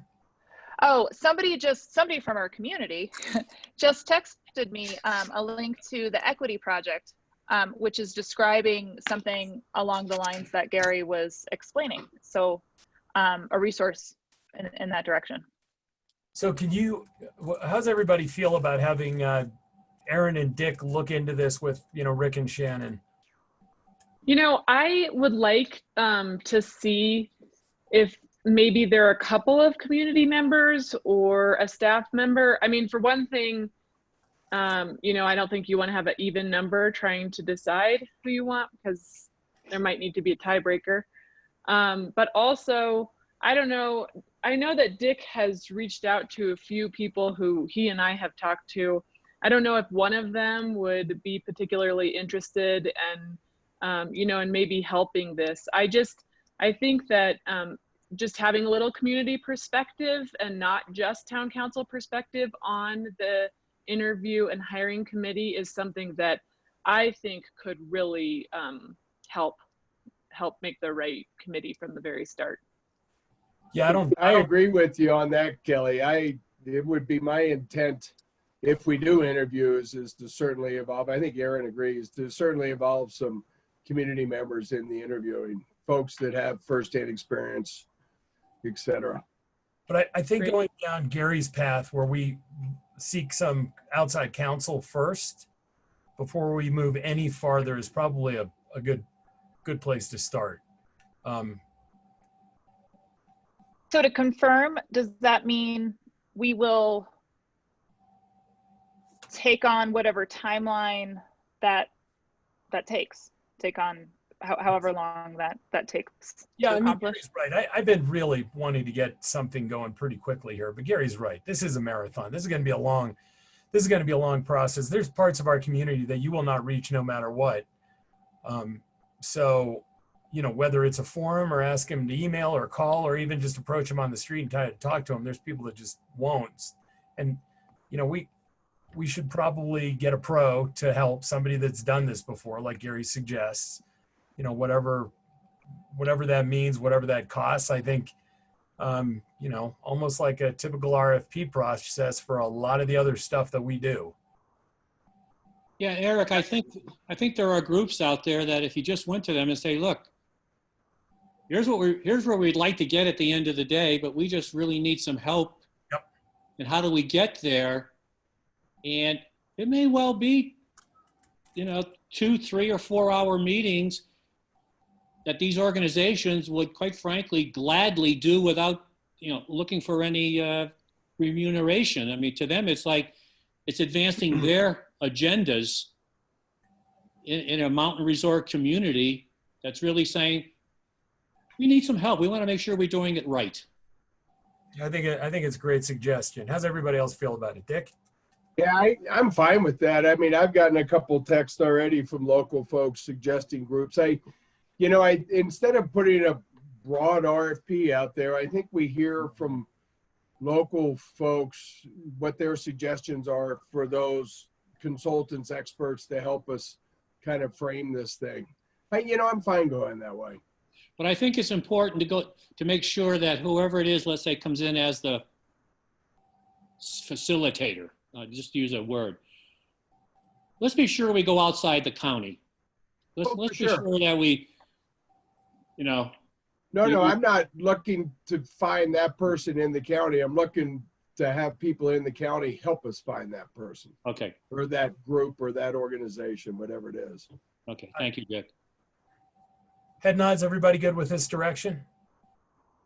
Yes, so we are pausing on the ad and the mission and vision and everything else. We're going with the consultant. And I just want to confirm.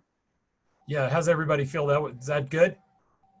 Yeah, but I wanted to say that, we know this is an issue. We know that there are communities in our, groups of people in our community that haven't felt heard. And so I just want to reiterate the commitment that we all as a group have to our county, our town and county, that we are absolutely moving forward with this and we want to do it right. That's why we're slowing down. And it has not, if anything, over the last couple of weeks since we have all started talking together, it has become even more important to hear all the voices of all the people in our community. And that's why we're taking this a little bit more slowly, so that we do it right and so that we can reach out to the right people and make sure that all voices are heard.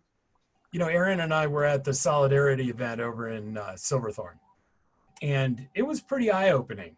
I mean, it was stories from local people that have, they have issues. They're issues that I don't think any of us would ever think exist in this county where we live. And some of them talked about things that happened in other places they were from, how they love living here, but there are issues. It was really a great event. In the meantime, the organizers have gotten with Lucy Kay. We're going to do a BREC event, or they're going to hold a BREC event, very similar. It was great. It had a band and then just had people talking, including a state patrol. It was very cool. I wish there had been more local officials. Aaron was there, Julie McCluskey was there, but it was really cool. Like I said, super eye-opening. I really, when I left, had a very different opinion about our problems in the county than I probably did beforehand. So it would be great to have an event like that here. I think all of us attending would be wonderful if we could. And I think it really does, though, if we can help them have an event like that while we're going through this process, I think that can show Kelly, show our concern that we do want to get this done correctly. Yeah, agreed. There are other questions we need to resolve in this thing that are you know, they're almost like technical questions. And I would like to ask an expert about the pay thing.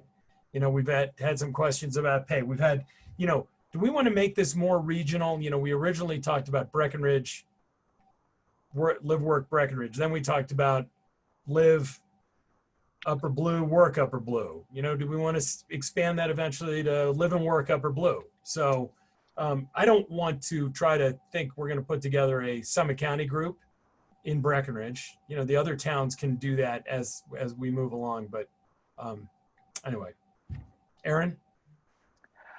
I just wanted to, I completely agree with what Kelly said. And also I wanted to add that just because we're going this route doesn't mean that on a town level, with town staff, as new messaging comes out, as new initiatives happen with the town of Breckenridge, we can be more inclusive. We can start thinking, I know, and this was sprung also by, you know, the Child Care Commission talking about the anti-discriminative language.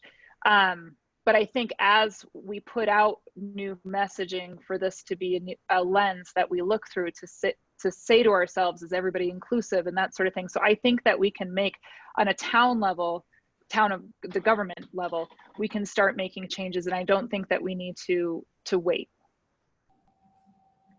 Yeah, agreed. Yeah, I totally agree with Erin. There's a lot of low-hanging fruit that we can start working on as the process evolves. Okay, so is everybody good letting Dick and Erin continue down this path, find some experts to get us some advice, and keep moving towards a advisory committee to the council on social equity? Yeah, I do. I do want to make sure that we move forward as fast as feasible. Very good. All right. You guys got a job. Eric? Yes, please. I mean, if we're going to reach out and talk to some people that have gone down this road and get some advice on that, I would suggest we also, you know, work with them on the compensation issue and what that should look like. Just keeping in mind that we will have to potentially amend the resolution before we would actually form the committee, knowing that it may evolve a little bit based on what it originally was. So, fair enough. Okay, anything else on that subject? No? Let's talk about walkable Main Street. Shannon? Sure. So before I start on walkable Main, kind of was thinking about this when Brian was talking about financials. Parking revenue for the first 2 weeks of June is down 38%, which is pretty good.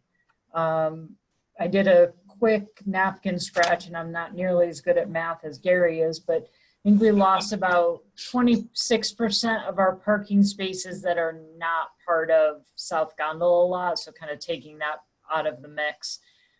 So being down 38% is pretty good. I think it shows that people are here. Our traffic numbers from CDOT showed pretty flat for this past weekend, which was interesting because last year we had a snowstorm, or we had snow. I don't remember if it was a snowstorm, but there was snow this same weekend last year. So I think we were anticipating those numbers would be higher, but they were pretty flat.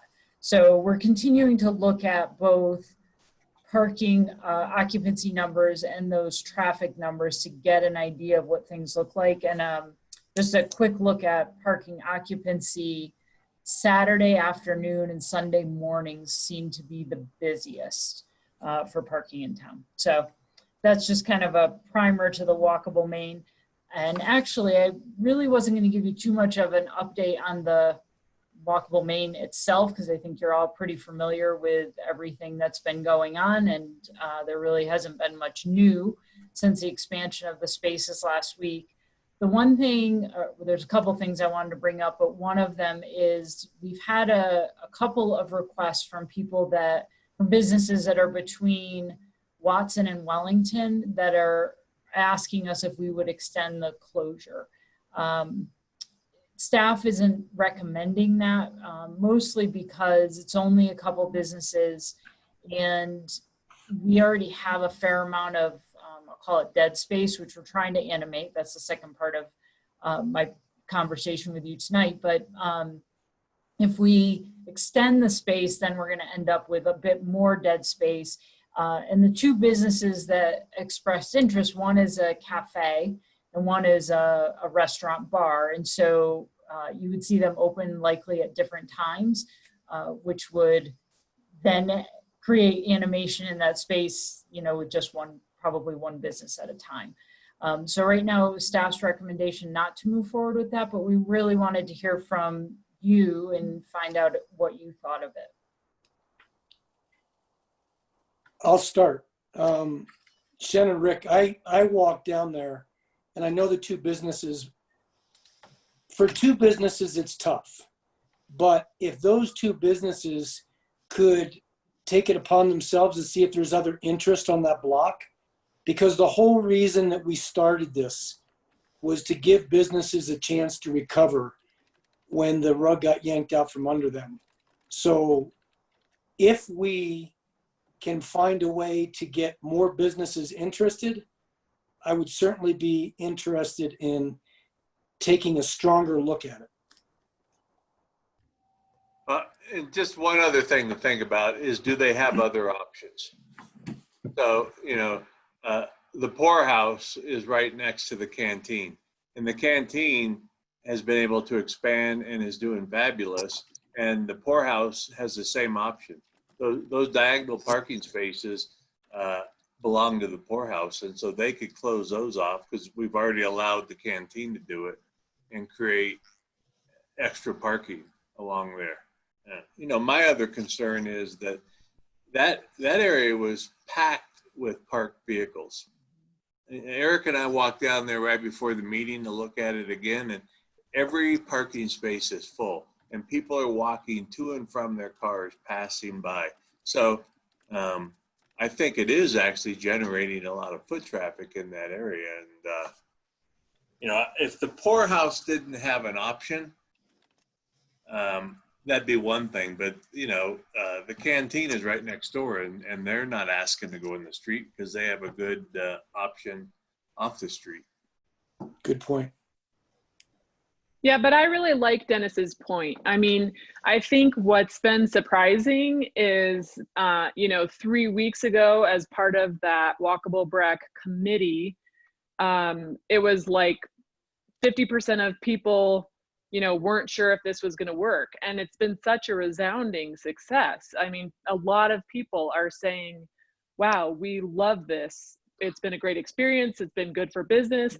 And although Dennis is right, you know, one of the really good reasons that we did this was to bring people to Breck.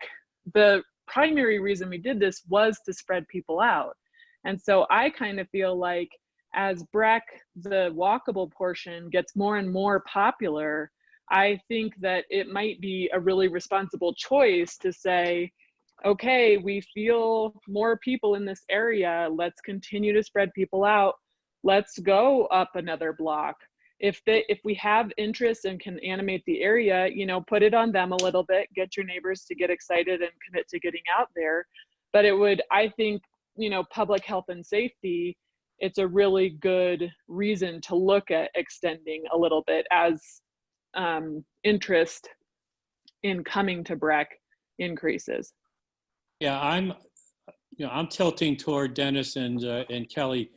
I've always been sensitive in terms of where we've drawn the lines, you know, sort of who's inside the tent and who's sort of outside the tent. So I'm inclined, anything we can do to try to lengthen the walkable Main Street, just because I think they have alternatives, Rick. I think you still lose the cachet, you still lose the enthusiasm of being part of the bigger picture. And so if there's a decent solution that somehow can expand this by another block and incorporate some more businesses, make them feel as though they're really part of the action, I would like to support that. Dick? I like what Dennis said. I mean, I think if there's more businesses than just the two on that block that come to us and express interest, then that is what it would compel me to do it. Because my concern is, you know, if we react to these two and we close it, and then are we going to have 6 come and say they didn't want it closed? So, you know, I think we really need to hear from, you know, almost the majority of the businesses in that block to tell us they all want it, you know, so that, you know, so we initially had them in and then we took it out because of low interest. So, you know, I think we really want to hear from the majority and see where they are. Jeffrey?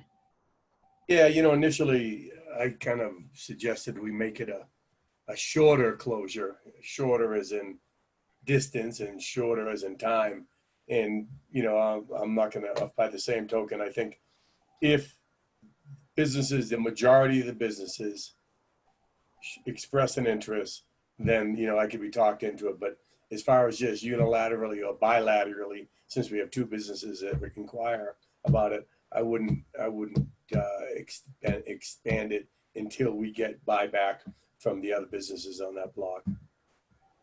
All right, Yeah. Rick, does that give you enough? Oh, can I contribute? So I agree with what Dick and Jeffrey are saying. I think it would be great if we did close it down, but I think that there's a difference too, especially, I don't want to speak for the canteen, but if they didn't want to participate because they have enough outdoor seating, or if they really, I don't know if they're using any of their parking or if they're worried about parking. So I agree that we should ask the majority of the businesses to see how they feel about closing it, not just participate. Like, I'm okay if they don't want to participate, but there's a big difference there.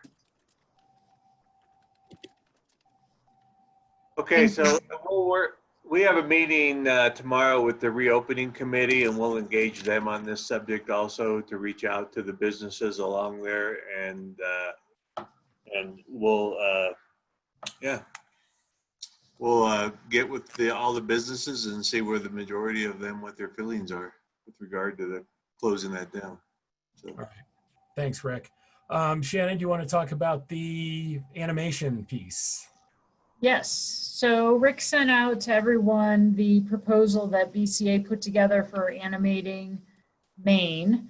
I had just a couple notes that I wanted to make mention of on the Bikeville Tower, which hopefully everyone remembers that.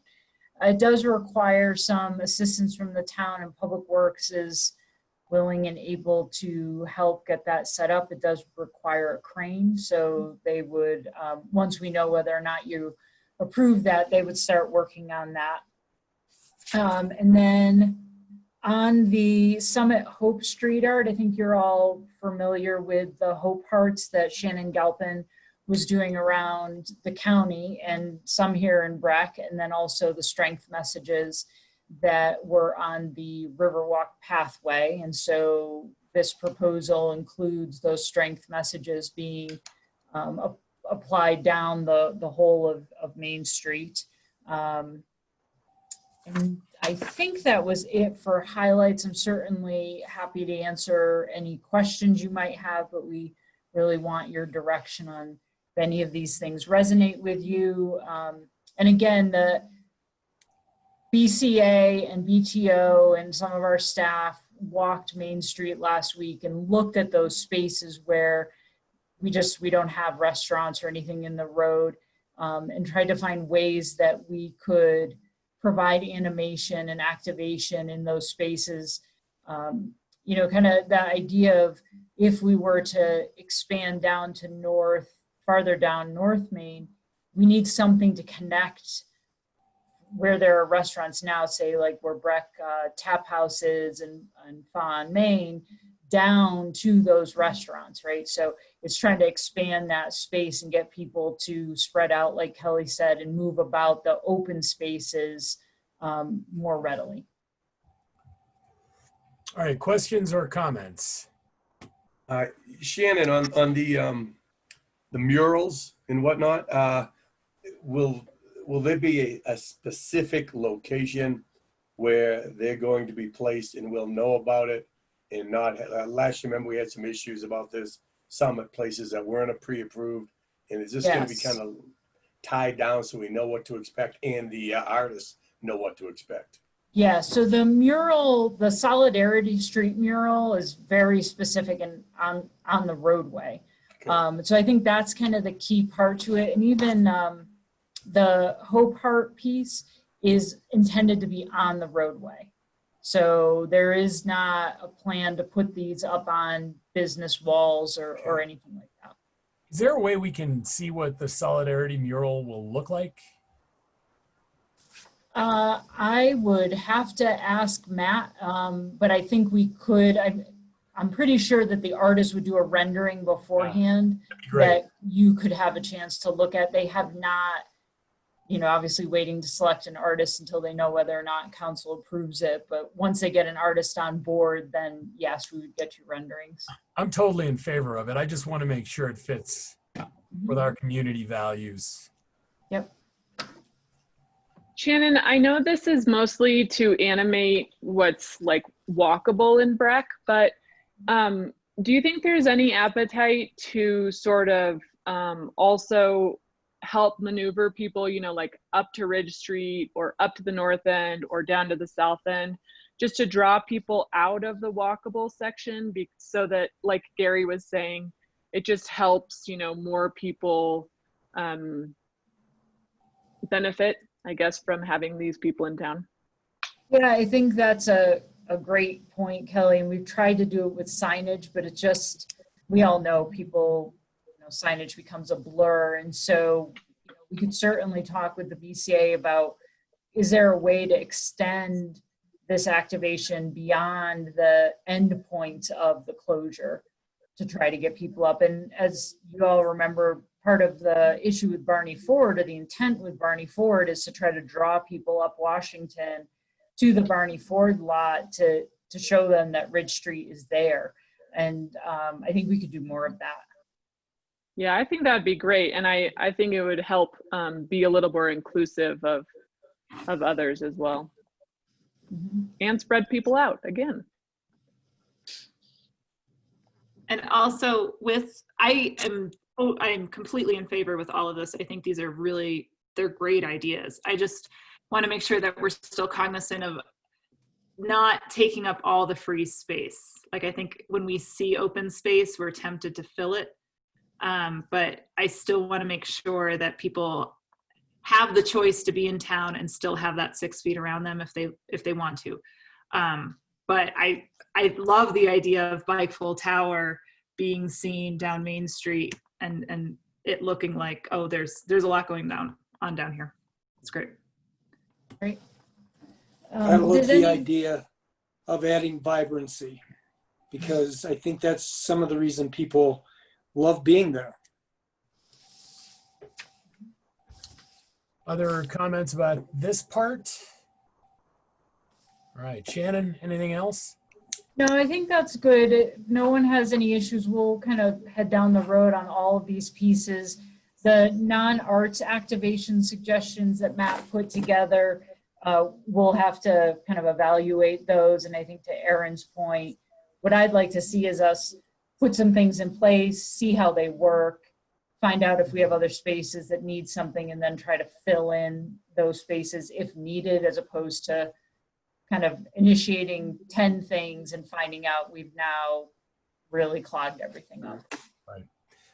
Well, and we got to look at the timing, because it does, if we can't engage somebody to do some of this stuff quickly, it doesn't make sense to do it, the last week that we're going to be closed or something like that. I still think that we are having a problem with masks on Main Street. I don't know, I don't know if our signage is too nice. When you come into town, it says, please wear your mask. I have obviously spent a ton of time on Main Street. There are more people on the sidewalk without masks than with masks. They don't seem to understand the whole point of the social distancing. The whole point that, you know, if you're in the middle of Main Street and you don't have your mask on, that's fine if nobody's around you, but they are clustered with other people they do not know. It is an issue. And there is no, I mean, there have definitely been altercations with service staff of all, you know, retail, lodging, restaurant. It is an issue. And I don't know how, I'm really telling you more as an FYI that it is going on. It is a huge pain in the butt. And it's not even, I have not had any direct altercations with anybody, although a couple of my staff have. It is more very passive aggressive about how some people are doing it. Well, they will reluctantly put their mask on to enter the premise, but once they sit down, that's it. And, you know, somebody going to the bathroom for you to say to them, hey, you got to have your mask on. And then when they leave, they just don't put them on. I don't know how, you know, and I've mentioned this to Lucy already also. It is a difficult issue for us. You need to know that it's going on. We're going to continue to get emails from people about this from both sides, the people that believe in it and the people that do not believe in it. So I by no means think that this is a solution, but in my experiences in walking by, I know I've seen people not wearing a mask when the server comes up. And I was talking to Wendy about it recently, and she had the idea of, you know, signage that says no mask, no service. And I don't know if that's something that we can supply to retailers and restaurants as a, you know, I know it's not as nice, and I get that we're walking a fine line between confrontation and being a welcoming town, but I thought that had a nice ring to it if organizations wanted to embrace it. And, you know, somebody came up with something at one of our meetings. Somebody had sent Lucy something that said, you know, you wear a mask so we can keep our economy open. And that is a big deal because for the first time now, Colorado cases are spiking. So, you know, it's just one of those things. Somehow we need to get this message across. And I kept hoping that as some of our guest states started to see the real impact of this with, you know, places like Texas having these big surges, I really was hoping that they would buy into this a little bit better, but they really are not yet. So I think I'd be all in favor of a harsher message, honestly, even as you drive into town, you know. Well, and that comment was really touching. The person who wrote in talking about how her business depended on our community opening up more. So when she saw masks not being worn, she felt like this is a hit to me potentially opening. And absolutely. And I hadn't seen things that way before, but yeah, I think that some people are just waiting to open their, like the wedding business, that sort of thing. And they're feeling that personally. I'm with Eric. I would like to see us do more. I don't want to see us be heavy-handed, but the message needs to be a little bit stronger and people need to wear their masks. I don't have that great idea. Come on. You know, the idea was kicked by in a meeting I was in, I forget which one as well, Eric, but to make the entire Main Street, walkable Main, a mask district. So if you're going to be walking up and down Main, you need to have your mask on outside. I'm not sure how I feel about it, but I told them that I would bring it up. I don't know. Dick, how I like else that. thinks about Yeah, Huh? I like that idea. This is a mask-only zone or something. See what comes of it. So then what level of enforcement would that entail? Yep. And I would ask you, in this current state of affairs, do we want to increase negative interactions between our police and our guests? Because what are you going to do when the person sits there and tells you, you know, that if you don't, the officer has to tell them, if you don't put your mask on, you need to leave this area. and they say, well, what are you going to do? Arrest me? You're violating my rights, making me wear a mask, and all these things that we're hearing. And so then push comes to shove, and it's like, at some point you gotta follow through and cite them for it, for violation of a health order, or you're going to turn and walk away. And that's my concern, and I'm not sure that's what we want to create out there. And also, I mean, I go down there almost every day, and if it's so wide open now, and when it's not that busy, you can keep your distance from people. And I have a neck gaiter on or whatever.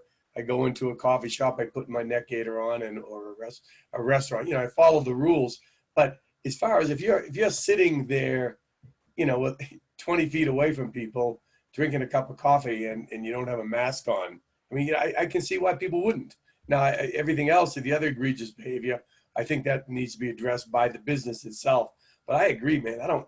Our cops have better things to do, and I think it's just bad press if we, confront somebody. Because like I say, what are you going to do? You're going to arrest them? You're going to cite them? If it ruins the vibe.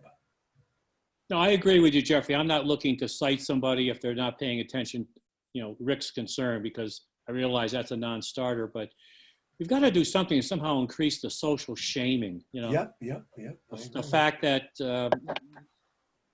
this is for everybody's health and welfare. And come on, you come to Breckenridge, glad that you're here, but guys, play ball with us, because, we could go into another spike in lockdown. You like our community, help us preserve our community. That's all we're asking you to do. I don't know how you get that message across, but that's really what we're trying to accomplish. Are the retailers putting that message out? Are the retailers kind of singing that tune? So, you know what? Some retailers are very firm on it. No mask, no service. Some are not. There's varying degrees of belief in this town too, even amongst restaurants. There's some that just don't, listen, some are not going to get it. Everybody has been starving for 3 months. They're not going to get an interaction with a potential customer over a mask. The problem is, as a community as a whole, we have pushed this thing out there, and we are, we're not doing anything about it. That's, it is really uncomfortable. I can't even tell you. It is the one thing that puts knots in my stomach the entire time I am at work, is this mask thing. It really does. Everything else is pretty easy. I have plexiglass up. We did everything else. We're 50 people, which is a third of what we should be doing at any one time. I can live with all that. It's this interaction with people that, like I said, they are very passive aggressive about the mask use. They'll have them in their hand. They'll have them wrapped around their arm. They do not believe this. So they're not really, and then there are people that show up and say, I don't have a mask. How did you get from Denver to here without knowing you needed a mask? And it's all I can do to bite my tongue sometime and not just say, you know what, just leave. Well, they sell masks next door. So then they go next door and buy a mask for really way too much. But that's okay too. This whole thing is very contrary to how we do business in this community, but it is crucial for the survival of this community, because if we have to get locked down for another 3 months, we're going to lose a lot of businesses. Yeah.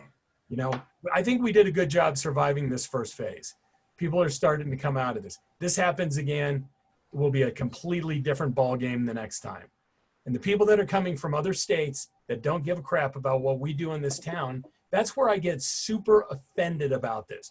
And the way they interact with our staffs, and just people that don't, they're interacting with people that do not really want that interaction. They're just trying to do their job. But their boss told them, I told them, don't let anybody in without a mask. And now they have to get you know, now they have to have confrontation. So, and we have supplied no backing on this as a town, and maybe we just can't.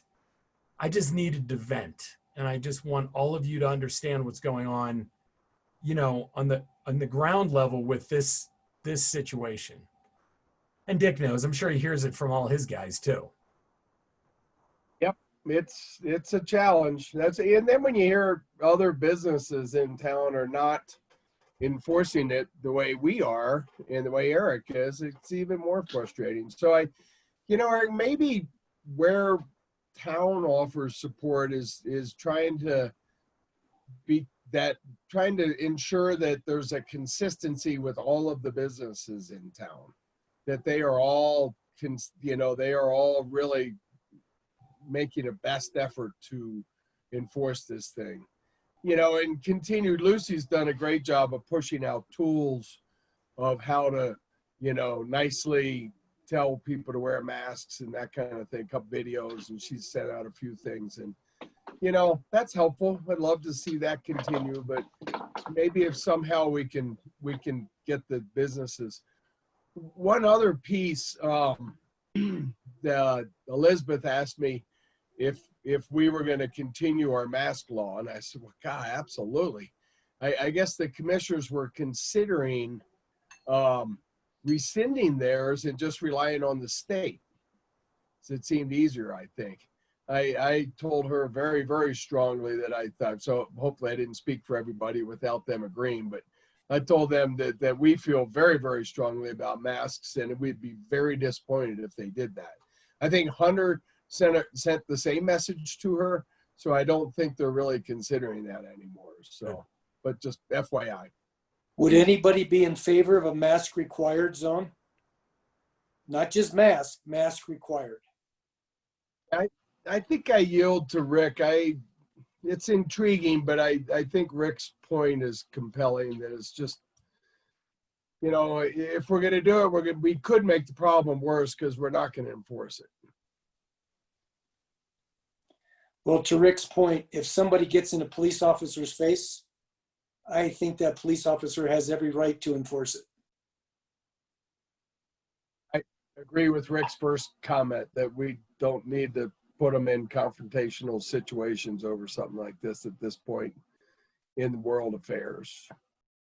And I think there's also the concern of the confrontation between people. I mean, I get the public shaming for sure. I definitely identify with that, but I worry that we'll see fights. And I know that other communities have seen fights break out, and I think that's a concern too.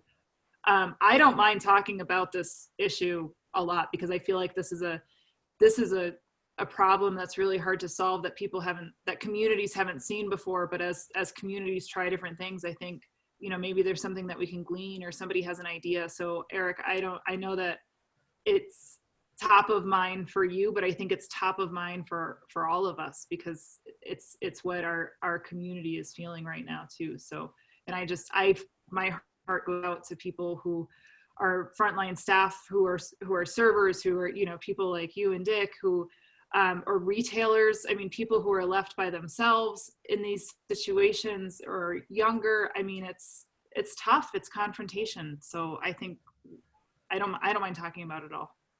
It is very difficult when the president doesn't wear a mask, because that's where a lot of this comes from. That creates the atmosphere that this stuff's not really true. Even though everybody else does, that has made it very difficult. So anyway, all right, let us move along. Anything else on Walkable Main, Shannon, since I took that one over? Sorry, sorry, Rick. Thank you. Planning Commission decisions, call-up hearing procedure, Tim. Just wanted to give everybody an opportunity to ask any procedural questions about how the call-up is going to be handled. I sent a script and a draft decision out to the council. One thing, Eric, that I need to point out, I learned today that Mark is going to be making the presentation rather than Jeremy. Okay. And the other issue is we had asked Mr. Begley right after the call-up hearing was scheduled as to whether he was okay with a virtual hearing. And we have an email from him saying he's fine with that. I would like to put that on the record.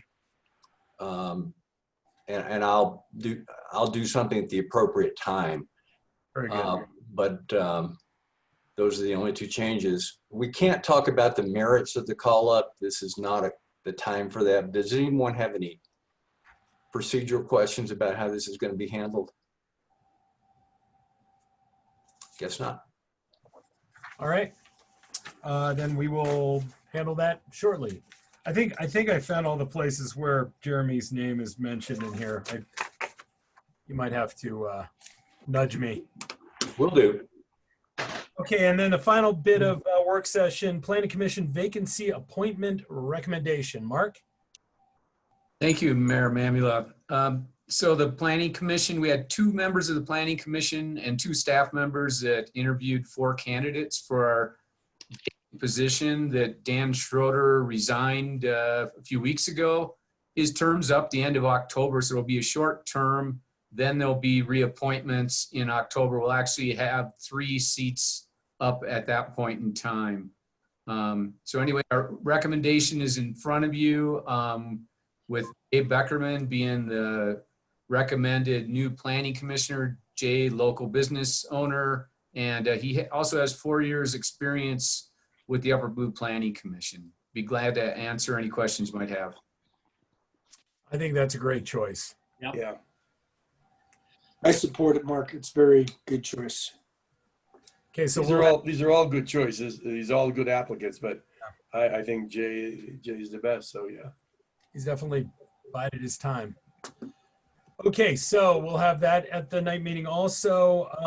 Would you guys like to take a 5-minute break and come back and do reports and other matters? Yes. Okay, so it is currently 6:21. Actually, why don't we reconvene at 6:30? Reconvene the work session and we'll go over other matters and do whatever we can going into the night meeting so we can bust through that quickly. See you guys in 9 minutes. Everybody mute.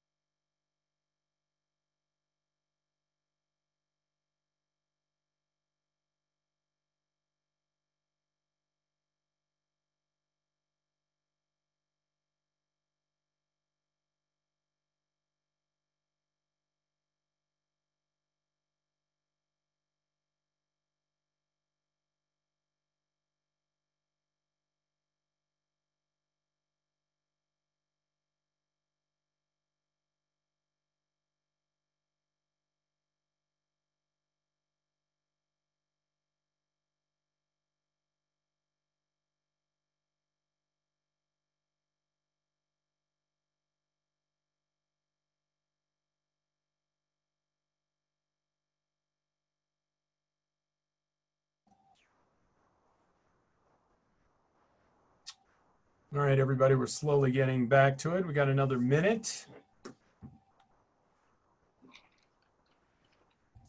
Kelly shuts her camera off because she doesn't want to see us duct taping her kids back down to the floor.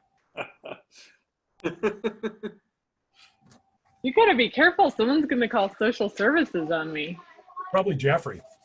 I did. Just so you guys know, during the meeting, I got a text from somebody that asked if Jeffrey was playing a doctor because of his getup.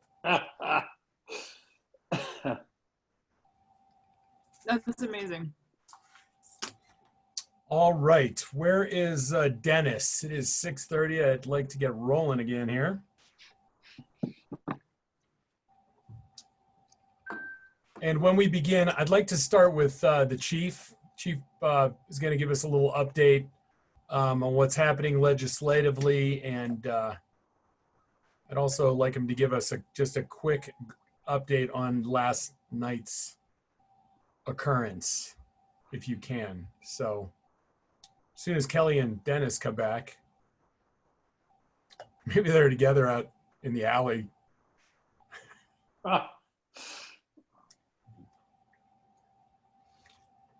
We were conspiring. I knew it. All right.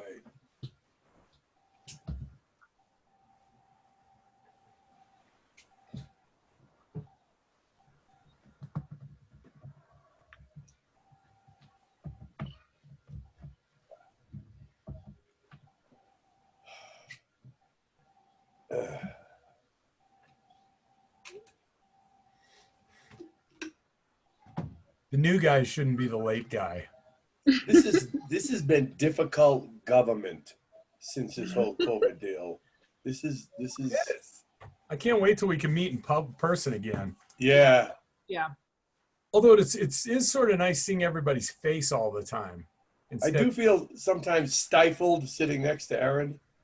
Hey. Like when I get on. Not stifled enough. I get on a riff Anything you and want to say?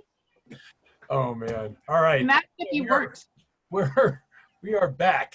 We're gonna have the chief give us a little update on what's going on legislatively at the state level, and then a little just quick update on last night because I've gotten a bunch of calls about it, and I wasn't in town. Chief. Sure you did. I'll actually start with that. So about 7:45, I think, last night, we had a 911 center received a call that from somebody who was crying. They sounded like they were intoxicated. They basically advised that they had broken into a business, shot and killed 2 people, and that if the police came in, they were going to use the guns on us. Also advised they had a pipe bomb in their possession. They were willing to use that. They also advised they were suicidal. So officers from all over the county, every agency in the county responded and were able to quickly set up a perimeter. We got a hold of the business owner who advised that none of his staff should have been in the business anyway, that it's a seasonal business and he didn't believe anybody was there. He also told us that he had an alarm, a good alarm system, and that he had not received an activation. So we had the alarm company conduct a quick diagnostic to make sure the alarm was operating properly. They felt that it was. So we were able to send a robot up to the door to look and confirm that nobody had apparently made any kind of an entry, a forced entry. And so we were able to get a key and we sent a team in to confirm nobody was inside. We do have some follow-up information in order to try and locate the person that made the call. And we're going to be following up on that. Other than that, I can take any questions, but we won't be able to share much more. It sounds like you guys handled it the way you should handle it. It went well. It was really nice to have such a strong response from every agency in town or in the county. Yeah, they really helped us out. You know, my first thought is, I mean, how much did that cost? You know, as far as how many man hours it was wasted on a fictitious call. And then my second thought is, this just reiterates that people are wacky now and going through some really tough times and sometimes behave badly. And I mean, I don't have an answer, but it's just an observation. God, my condolences goes out to you guys, and good work. Could have been a whole lot worse. Thanks, I appreciate it. Hey, Jim, it brings to me a question I was going to ask in advisory committee, but I'll ask it now. The state legislature, the police reform state bill, you know, I've read that there's potential that could interfere with the inter county department, like happened last night. Does that concern you? You actually broke up, I think, right as you were saying the point of your question. Could you repeat it for me? Oh, sorry. I've read that the state police reform bill around the liability piece could affect other agencies around the county that may back up, you know, agencies backing each other up because their liability shift to it. Is that something that concerns you? Well, there is a increase in liability for both you as the town, the ones that employ all of my staff, as well as the officers individually. So that is true. I don't see it as being the kind of thing that would really change how we're going to back up other officers. And I think most other agencies would feel the same way. There is some discussion ongoing right now. Each agency kind of is trying to decide for themselves what that liability looks like and what they're willing to take on. It's my position that more officers on the scene of some of these high-risk incidents ultimately would reduce liability because we would be able to stabilize the situation a lot sooner. I have no intention of having my staff change any type of response. They're still going to back up any agency in the county that needs it. And at this point, I believe the others will for us as well. But there are discussions ongoing. We have one coming up on July 2nd that will involve all the chiefs, the sheriff, as well as the managers, where we can talk through if we need to document some of these things in new agreements or that kind of thing. But until that happens, and even after that happens, it's my intention that we will still be an active partner to the other agencies in the county. Good to hear. So do you want to go ahead and give us the synopsis of what the totality of that legislation is? Yeah, so as this national discussion has been ongoing regarding police accountability, police reform, depending on where you're at and what lens you're looking at it through, several states are talking about passing bills that would change some things in law enforcement, in addition to at the federal level as well. Colorado's been a little bit ahead of the others timeline-wise, and about a week ago, the governor signed Senate Bill 2217. And it really is a broad range bill. It touches on a lot of different things. Some will affect us. Some will kind of codify in law practices we already have. And some really won't have much impact on us at all. It really was a wide-ranging bill. So the way that it ultimately landed after all of the amendments, I'll just kind of touch on a few of the things that I think you might find of interest. So one is the body cameras. Breck PD doesn't currently issue body cameras. We don't even have in-car cameras. That's something I was planning on trying to change anyway. And I had pre-COVID, pre-budget issues, or potential budget issues, I had already started down that road of trying to find a solution that would allow us to have body cams for our officers. I think they only benefit us. There is a little bit of a lift as far as some of the administrative process for it, the redaction of videos, that kind of thing. So the law requires that body cameras be issued to every agency, with a few small exceptions at the state level. But for us, we're required to have body cameras by 2023. I am going to try and really push that part of it a little sooner anyway, and I'm already in the process of talking to some vendors look at what some of the options might be. We had them in my prior employment, and they're fantastic to have. It's a fantastic tool. There's potential for some unintended consequences with the bill the way it was written, and mostly along the lines of what needs to be released.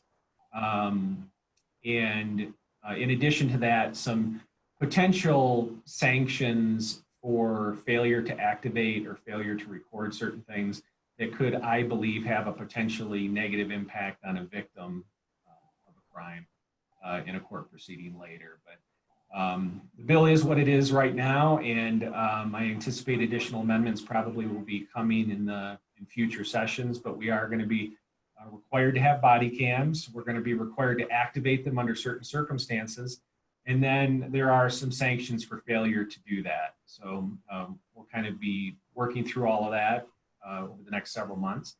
There's also a requirement to start collecting data, demographic data on the people that we have enforcement contacts with. I don't see this as being a huge lift other than process-wise. This is one of the few parts of the bill that actually went into effect as soon as the governor signed it, but virtually every agency in the state is probably in violation right now because we just didn't have time to get it set up. So we're working on that, but it basically requires us to capture use of force data for some of the higher end incidents.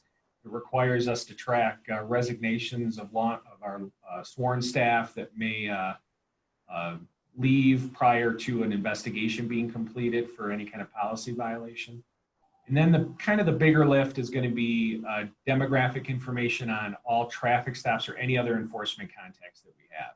We need to record the gender, race, ethnicity, a few other things for each person we contact under those circumstances. This was the new version of the bill. The final version of the bill was much better because prior to that, it actually was any contact we would make. So if our officers are walking down Oktoberfest, anybody that walks up and talks to them, we would have had to gather that information. So would have done a lot to get in the way of good police community relations. But the final way it landed, I don't see it as being that big a deal. It does limit some tactics that can be used in a protest situation. Obviously, that type of activity is not common up here, so I don't anticipate that having a huge impact. One of the bigger areas that we are going to be discussing on the second is that there is the ability now to sue a police officer and have a little more success at it under state law in the state constitution as opposed to the federal constitution, U.S. Constitution, which has historically been used. And if Tim's still on the phone, he can feel free to correct me if I get any of this wrong, but it's one of the things that happened is that has led to some anxiety for staff is qualified immunity is gone for the officers under this new act. There's probably more implications, however, for the town because there's no caps anymore on any kind of payouts or any kind of judgments. So that's something that the town's going to have to figure out as we go forward. Let's see here. There's some changes to use of force and when lethal force can be used and what's required of the police before using any type of physical force. This part's going to be a little bit, we're going to have to kind of test drive it for a while and see what the impact is. The Colorado bill uses language that has not been used necessarily in the evaluation of use of force situations that have occurred for the last several decades. There's always been a reasonable, objectively reasonable behavior standard. And so now this adds some language. It talks about use of force from a different vantage point to a degree. It's using language we haven't used before, so I'm not entirely sure what that's ultimately going to look like. And as these cases end up kind of going through the court system, how the alignment of the federal existing case law and our new statutes, how they kind of marry up. So that'll be a little bit of a wait and see. That part of the bill doesn't go into effect until September because they recognize that there needed to be some time to train staff on the changes and that kind of thing. So although I don't see it as really changing a whole lot of what we're doing regarding use of force, it does put into law kind of what usually happens anyway. So I don't see this as being a big deal.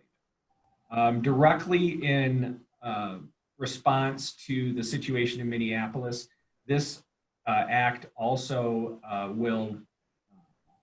it puts on any police officer a duty to intervene in the event that they are seeing some type of violation of the use of force in its changed version and what's expected of the police. We've always had a duty to report. This now imposes a duty to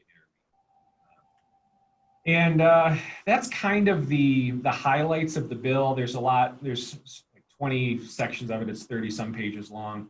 But the gist of how it's going to affect us right now and kind of what we're doing, we're gathering information from some body camera vendors. We're developing a process for data collection in the meantime. And hopefully at some point we'll be able to do that using our CAD as well. We're going to develop training. Post is already working on this to kind of try and make it consistent across the state and the use of force changes, as well as some of the liability implications of the bill. And now that there's a little bit greater liability associated for both the municipality and the individual officer. I'm also on the CACP Legislative Committee, and I will continue to stay engaged with that as these amendments in the future are being offered, and we can try and tweak some of the things that we'd like to see change.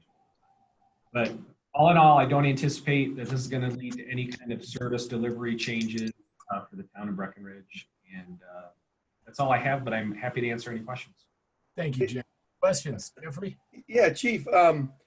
Now, granted, this is dictated from the state, but this whole demographic recording, what's the purpose of that? I see that as kind of a bit of a, perhaps even a slap in the face or fear-inducing in some of our immigrant community that are kind of working here on N1 visas and stuff like that.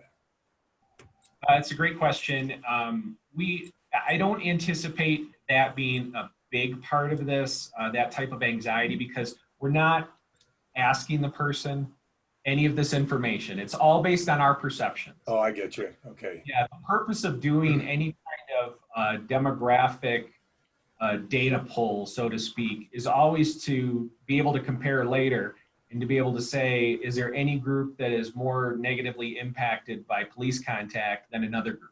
So the purpose of it, the reason it's better to actually have it just be the officer's perception is that if somebody is a certain minority, just through their family tree, but the officer doesn't perceive them that way, which, can happen at times, their officer's perception is really the relevant benchmark for that as opposed to, so that's the reason behind it.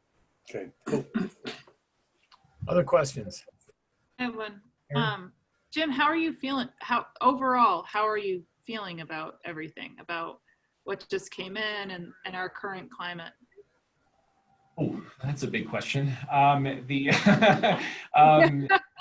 The bill itself, I think we can live with. It's not ideal. I do believe there will be some unintended consequences as a result of the bill. However, I do have some level of optimism that as additional amendments come forth and they can see the potential negative impact that can have for people, that we can get some of those things changed.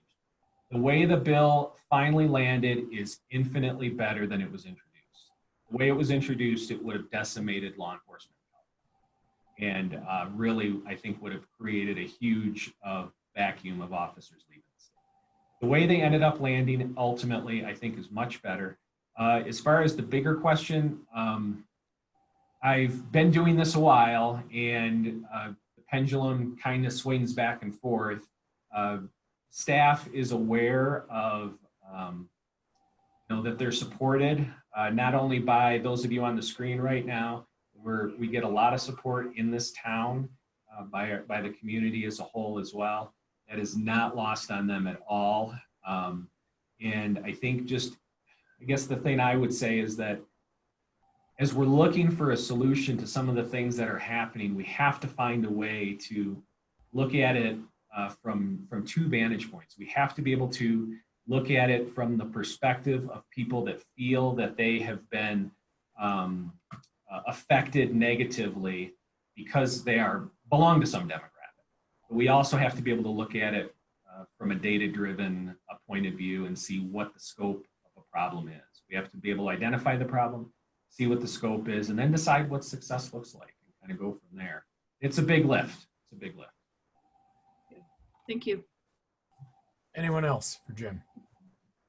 All right, Jim, thanks for the time this evening. We really appreciate it. Yep.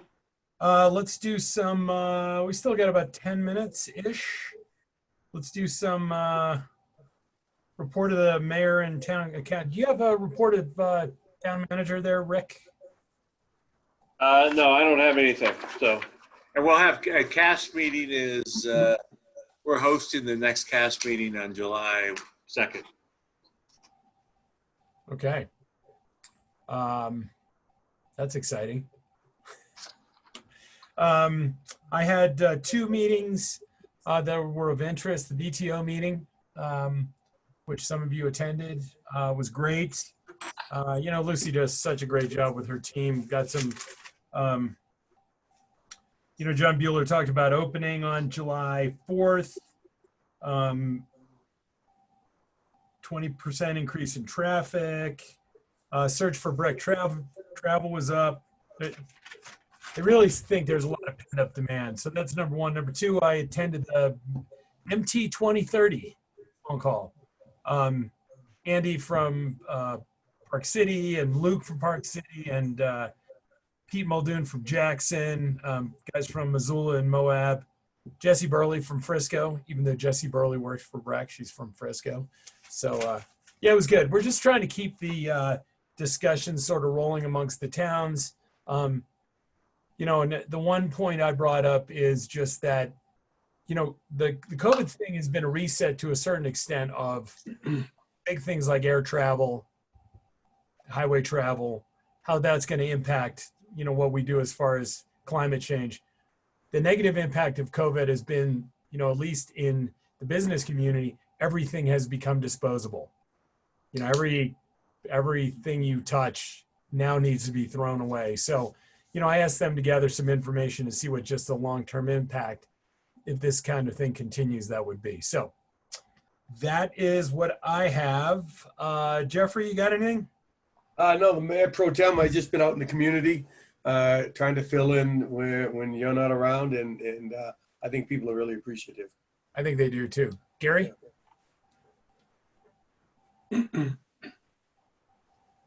Gary, you're on mute. Thank you. BCA had a board meeting a week ago Monday. All the resident arts organizations were represented along with the Breck Tourism Office. Each one of the resident organizations provided a pretty detailed update in terms of how their life has been, how their business has been since the advent of COVID, and what they're doing to survive, maintain their brand, be in a position that when the economy starts opening up and we start opening up Breckenridge even more, that they're in a position to contribute. So they're all trying to build some war chest in anticipation of not only assisting today with the reopening of Breckenridge, but also getting ready, hopefully in the fourth quarter, as well as rolling into 2021. So everybody was very, very open in terms of what was going on in their organizations. There's personnel movements and changes and so on and so forth. So everybody is obviously sharpening their pencil so that they will be in a position to do more once the economy starts opening up from a public safety point of view. There's a lot going on with each of the respective resident arts organizations, a lot going on. It'd be a 30-minute conversation, quite frankly, to share everything that's happening by individual resident arts organization. I mean, if anybody has an interest that really wants to kind of dig deeper into this, either give me a call or better yet, get a hold of Matt. Matt would like very much to be able to interface one-on-one with council members and share with them his perspective, as well as hearing what perspectives you may have with respect to the arts, broadly around town.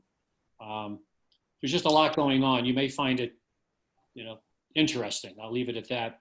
The bottom line from the board meeting, in my opinion, was for the first time, I really saw a real comfortableness amongst all the resident arts organization, really opening up around the table and really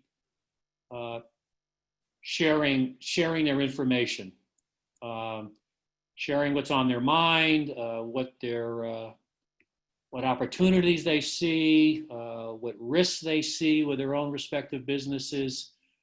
I think for the first time, like I said, a real comfortableness, also a commitment to do whatever they can to help support the reopening of Breckenridge, and really looking hard at what resources can be shared to basically benefit not only their own organizations, but also basically the community at large. I saw a real turning point in terms of how all the resident arts organizations are now talking with one another, I think working with one another, and a real openness so that everybody has an appreciation of what's going on with the other organizations. I think it's very, very positive.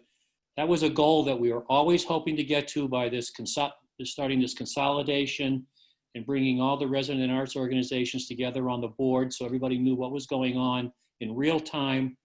I just think this whole COVID has really accelerated that and really has pushed that forward by an incredible period of time. So notwithstanding the negativeness of a COVID, the positiveness is I think there's real more coalescing and pulling together. And I think over the long term, if it continues, it should really be beneficial to the arts and to Breckenridge. And I think the last thing I'll say is I really see an opportunity using arts to help support our social equity missions and visions going forward. Just as one of our goals initially for BCA was to support environmental and sustainability issues through the arts. That was one of our 4 goals that the council had come up with respect to BCA and the other arts organizations. I think we add to that notion of social, this whole mental health, social equity, and I think arts can really deliver some pretty powerful messages. And so we should be sure that we bring the arts into our social equity conversations and discussions. I really think there's some opportunity there. So again, if people want to dive down more deeply, get a hold of Matt. He would just love to have a conversation with each of you individually. Excellent. Thanks, Gary. Erin? Absolutely. And Gary, I completely agree. I think that makes a lot of sense to combine forces there. So we had a BOSAC committee meeting in 3 minutes. We'll try to fit it in. We talked about the field season update. And so resurfacing both pump tracks, organizing new tool shed, things like that, installing duty-free and COVID signs system-wide. So I don't know if you've seen that as you've been around trails. There's new signage there. Friends of the Breckenridge Trails, we talked about, that is continuing. So there are still opportunities to volunteer and work on trails, but they're doing it safely.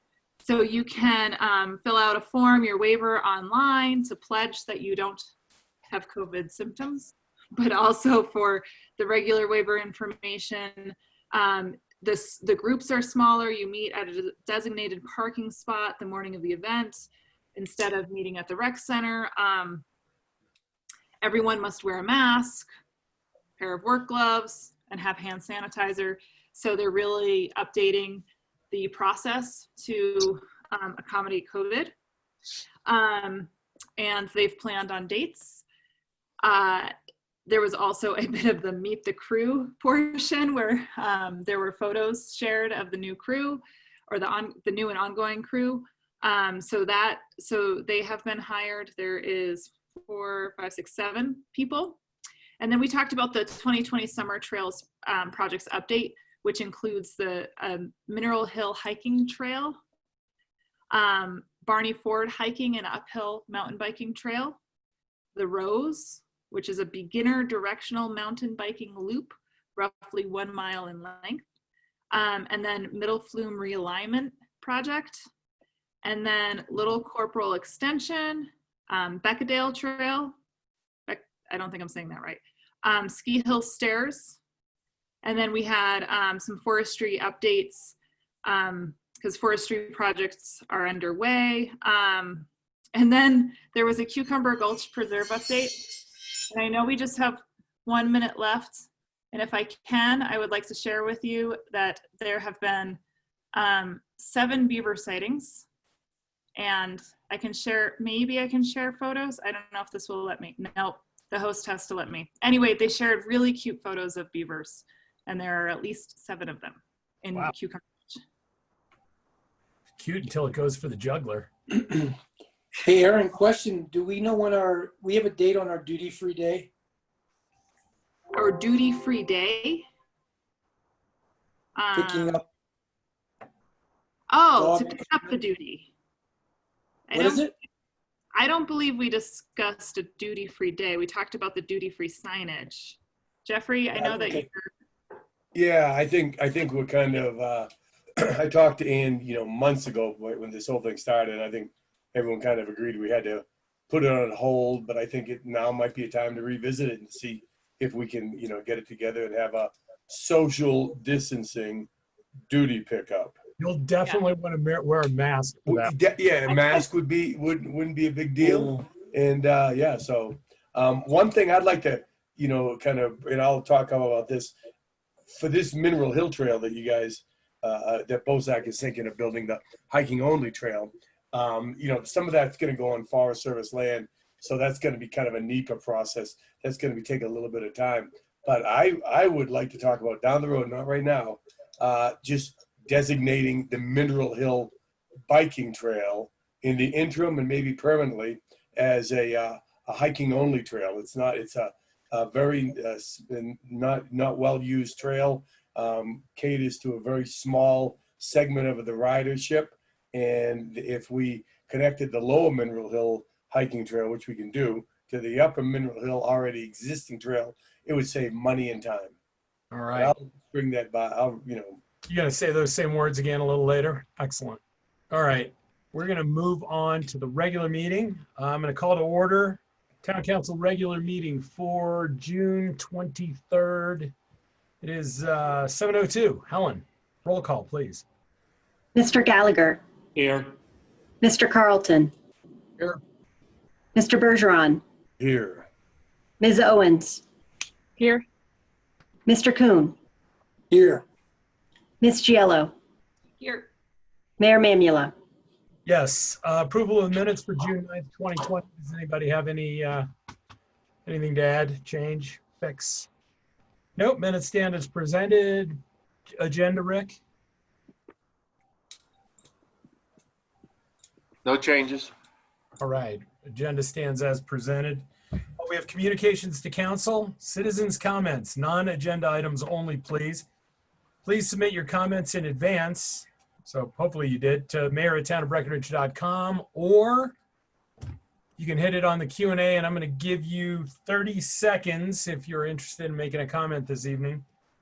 Please jump on.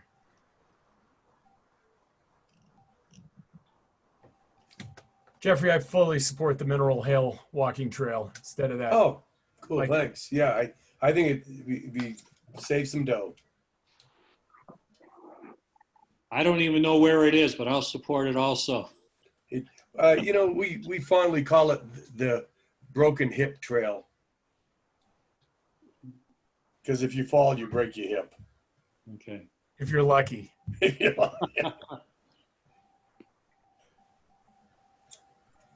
Oh, don't look like we have a lot of. All right, that's 30 seconds. I'm going to close citizens' comments on the open session. We move to continued business. We have no second readings. We have one first reading. This is Council Bill number 25, Series 2020. This is an ordinance designating certain real property as a landmark under Chapter 11 of Title IX of the Breckenridge Town Code. That's St. John's Church, 100 South French Streets, lots 1 and 2, Block 4, Abbott Edition. Jeremy, is this you? Yep. Mayor and Town Council, this is an ordinance, as you said, designating St. John's Church as a local landmark. This is the first reading. If you remember, we had a development agreement that came through the process. Town Council approved that in March. And as part of that development agreement, it's required that the church become a local landmark.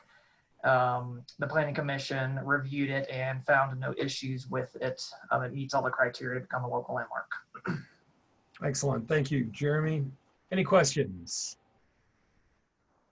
So would anyone in the public wish to comment on this landmarking? You have 30 seconds to chime in on the Q&A tab at the bottom. I did say that this Mineral Hill hiking trail was hiking only, right? I did say that. So this will connect it, right? Okay. Just making sure I got all the words in. The new one, the new one, but you're talking about the old one being hiking only as well. Yeah. The connector, yeah. Just confirming, filling up time since we're waiting. Is it tough following Jeffrey on a committee like that? Oh, yeah. Yeah. I get a lot of thank goodness he's gone. I don't know. Does other people? All right. That's it for the public hearing on this local landmarking. Is there a motion? I move we pass on first reading Council Bill number 25, Series 2020, the title which has been read into the record. Second. There's a motion and a second. Any further discussion? Roll call, please, Helen. Ms. Giello, Yes. Mr. Carlton, Yes. Mr. Kuhn, Yes. Ms. Owens, Yes. Mr. Gallagher, Yes. Mr. Bergeron, Yes. Mayor Mamula. Yes. All right, motion passes. We have no resolutions. We move to planning matters. Planning Commission decisions from the 16th. Any call-ups this evening?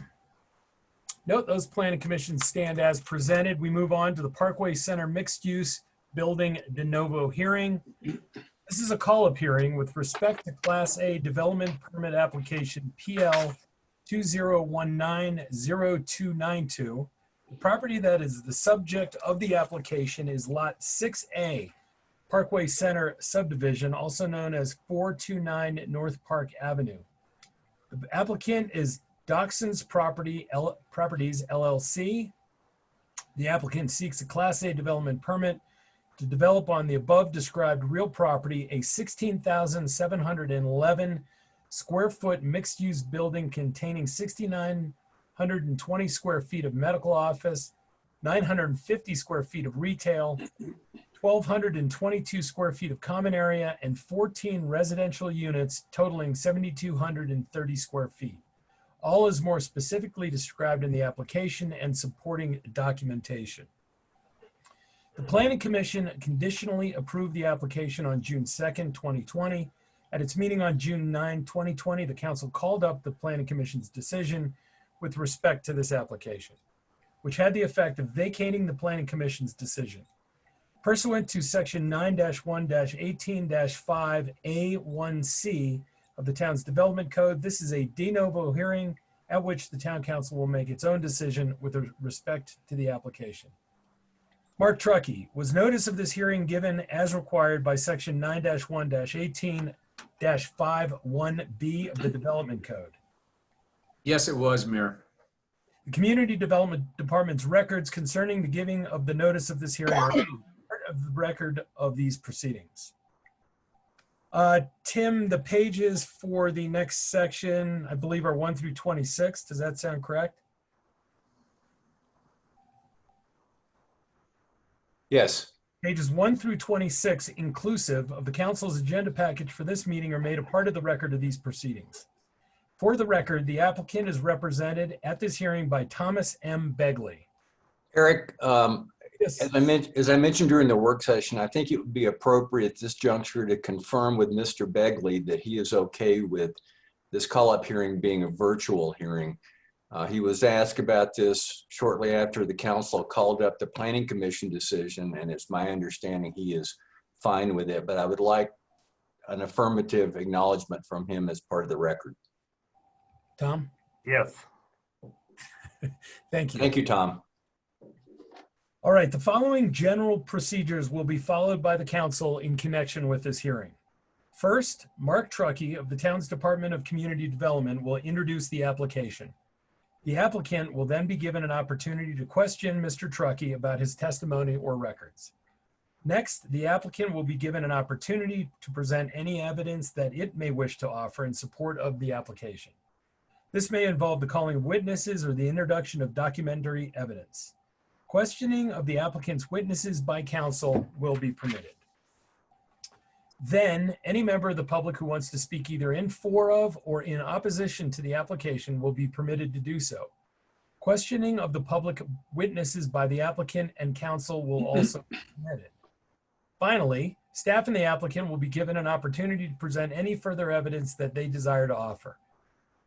Members of the council will be permitted to ask questions, and any person who testifies, this will occur after the testimony has been offered and any questioning of the witness by the applicant has occurred. If there are further questions that the applicant has as a result of any of the council's questions, the applicant will be permitted to ask those questions. After all of the testimony and the questioning of the witnesses has been concluded, the hearing will be closed. It will then be time for town council to discuss the matter and to render its decision. For the record, I want to state that the town attorney, Tim Berry, will not be involved in the presentation of any evidence in this matter and will remain available to advise the town council. We are making a record of this hearing. It will be necessary for any person who testifies to identify himself or herself for the record and speak slowly and clearly so that the recorder can pick up the testimony. It's a little different because we are on Zoom. I suggest you mention who you are on the question and answer. And we will figure out how to get you on with us. Are there any questions about the procedure to be followed? Show of hands. None? It's now time for Mr. Truckee to introduce the application. Thank you, Mayor Mamula. Good evening, council members. The application in front of us is for a 16,711 square foot mixed-use building. It contains 6,920 square feet of medical office, 950 square feet of retail, 1,222 square feet of common areas, and 14 residential apartments totaling about 7,320 square feet. It's located near the corner of Airport Road and Park Avenue, North Park Avenue. And we'll discuss that a little more. I did want to recognize Jeremy Lott for all the work he's been doing on this project over the last number of months. Jeremy's available should you have questions that I can't fully answer.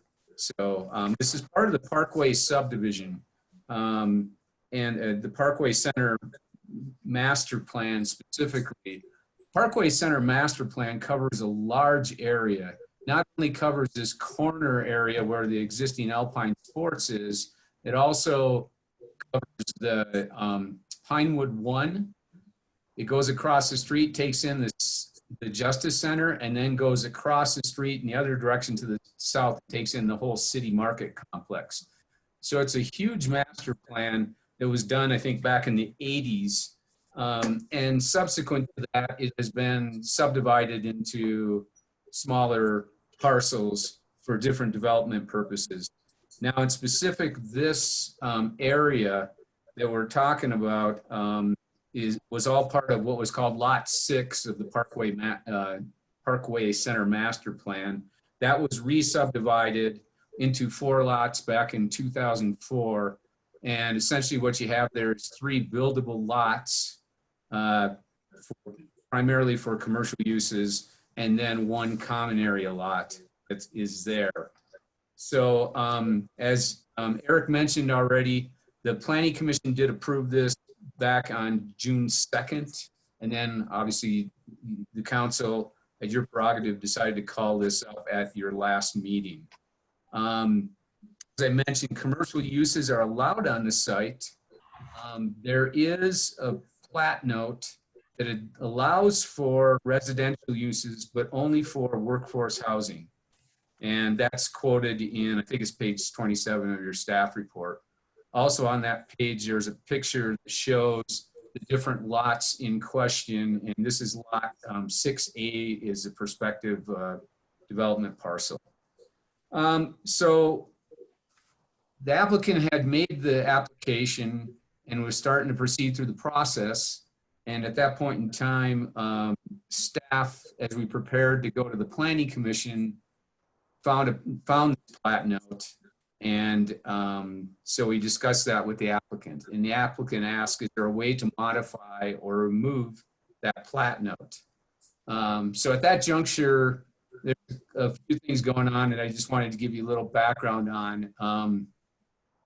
Basically, we had essentially two choices, two ways we could have addressed this. One is to propose an amendment to the plat note that would potentially allow for different types of residential mix there. The second option we had was to tell the applicant, you need to withdraw your application. You need to come, go to the town council for a work session and talk this through and see if there's some direction the town council can give you. Then at that point, you can rework your application and then come back and resubmit and go through that process. So we had those kind of two options that were available. At the time, knowing this project is for a medical office building, we know it's a community desire to see replacement to the High Country Health Center that exists right now over at City Market. And staff chose to work with the applicant to try to keep the process moving as opposed to having to stop it in its tracks and go through this other process. Maybe that was a bad decision on our part, and maybe we should have just put the skids on this. Mr. Bagley can probably speak more to the timing on this, but his hope was to break ground this year and deliver a building for the new High Country clinic next summer. At any rate, that's how we got to this point. And then we had a series of negotiations. Rick Holman was involved in some of these with Mr. Bagley in terms of what type of plat note modification the town would be comfortable proceeding with. What we ended up deciding on that was that a 50-50 mix of free market housing and deed restricted housing is something that would be, we hoped, acceptable to Planning Commission and the council. And that would allow us to proceed with the application. There's, obviously the benefits of that are getting 7 new deed restricted units. As a council can appreciate, we work hard to get deed restrictions on units in the town. Getting 7 new deed restricted units, obviously for workforce is a benefit, and it's in a good location as far as that goes in terms of having a live work situation right there. The other thing I guess I'd point out is the developer would pay for the units and it would be on their land. So unlike so much of the affordable housing that we pursue, this is something that could be done on private land. So we saw that as a benefit as well. And as I mentioned, the location is pretty suitable for deed restricted units in terms of its proximity, in terms of walk into the transit center, to City Market, bus opportunities nearby, et cetera. It's a really good location for that. Having said all that, right now, this project fails an absolute policy, and that's policy 1 of our code, because it does not comply with the plat note. So the plat note would have to be modified, and we have a condition in here in the approval that went through the Planning Commission that would allow that to be, basically would then make it comply with the plat note, because the plat note would be changed to allow for this 50-50 mix.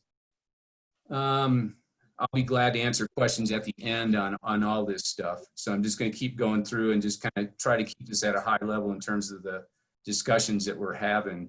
In terms of density, this project itself is going to use up about 12.83 single-family equivalents of density. There's about 31 total on the 3 parcels.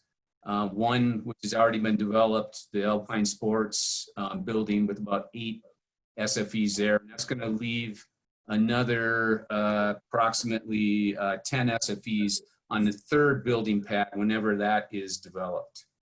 So there's also, at the time of this application, there was a 10% bonus essentially for having deed restricted affordable housing as part of the project.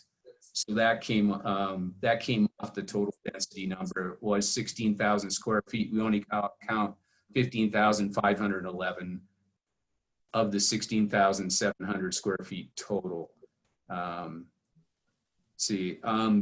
In terms of then compliance with one of our policies, 24R, in specifically the employee housing policy, if an applicant doesn't provide any of deed restricted housing, they're going to accrue some negative points. In this case, they have proposed to deed restrict 2 of the units at 80% AMI, which affordable at rentals for 80% AMI person or household. So those 2 are proposed at 80%. The other 5 of the 7 proposed deed restricted units would have the deed restriction light on them, which essentially says need to be working 30 hours a week within Summit County. That's kind of the direction we've been moving towards, is a restriction light on these private projects. Talking with Lori Best, she really is supportive of thinking that that's what we need to accomplish with these projects. And in fact, the recent amendments that the council did to 24R just a month ago removed the 80% restriction, and now it's just a deed restriction light. That's all that's required to be done in order to meet the housing requirement, or to get positive points for it, essentially. However, this application was submitted prior to that, so they are on the hook for providing 2 of those units at 80% AMI. And those 2 units earn them positive 5 points because it's about 7% of the total square footage of the project, so they get plus 5 points for having those.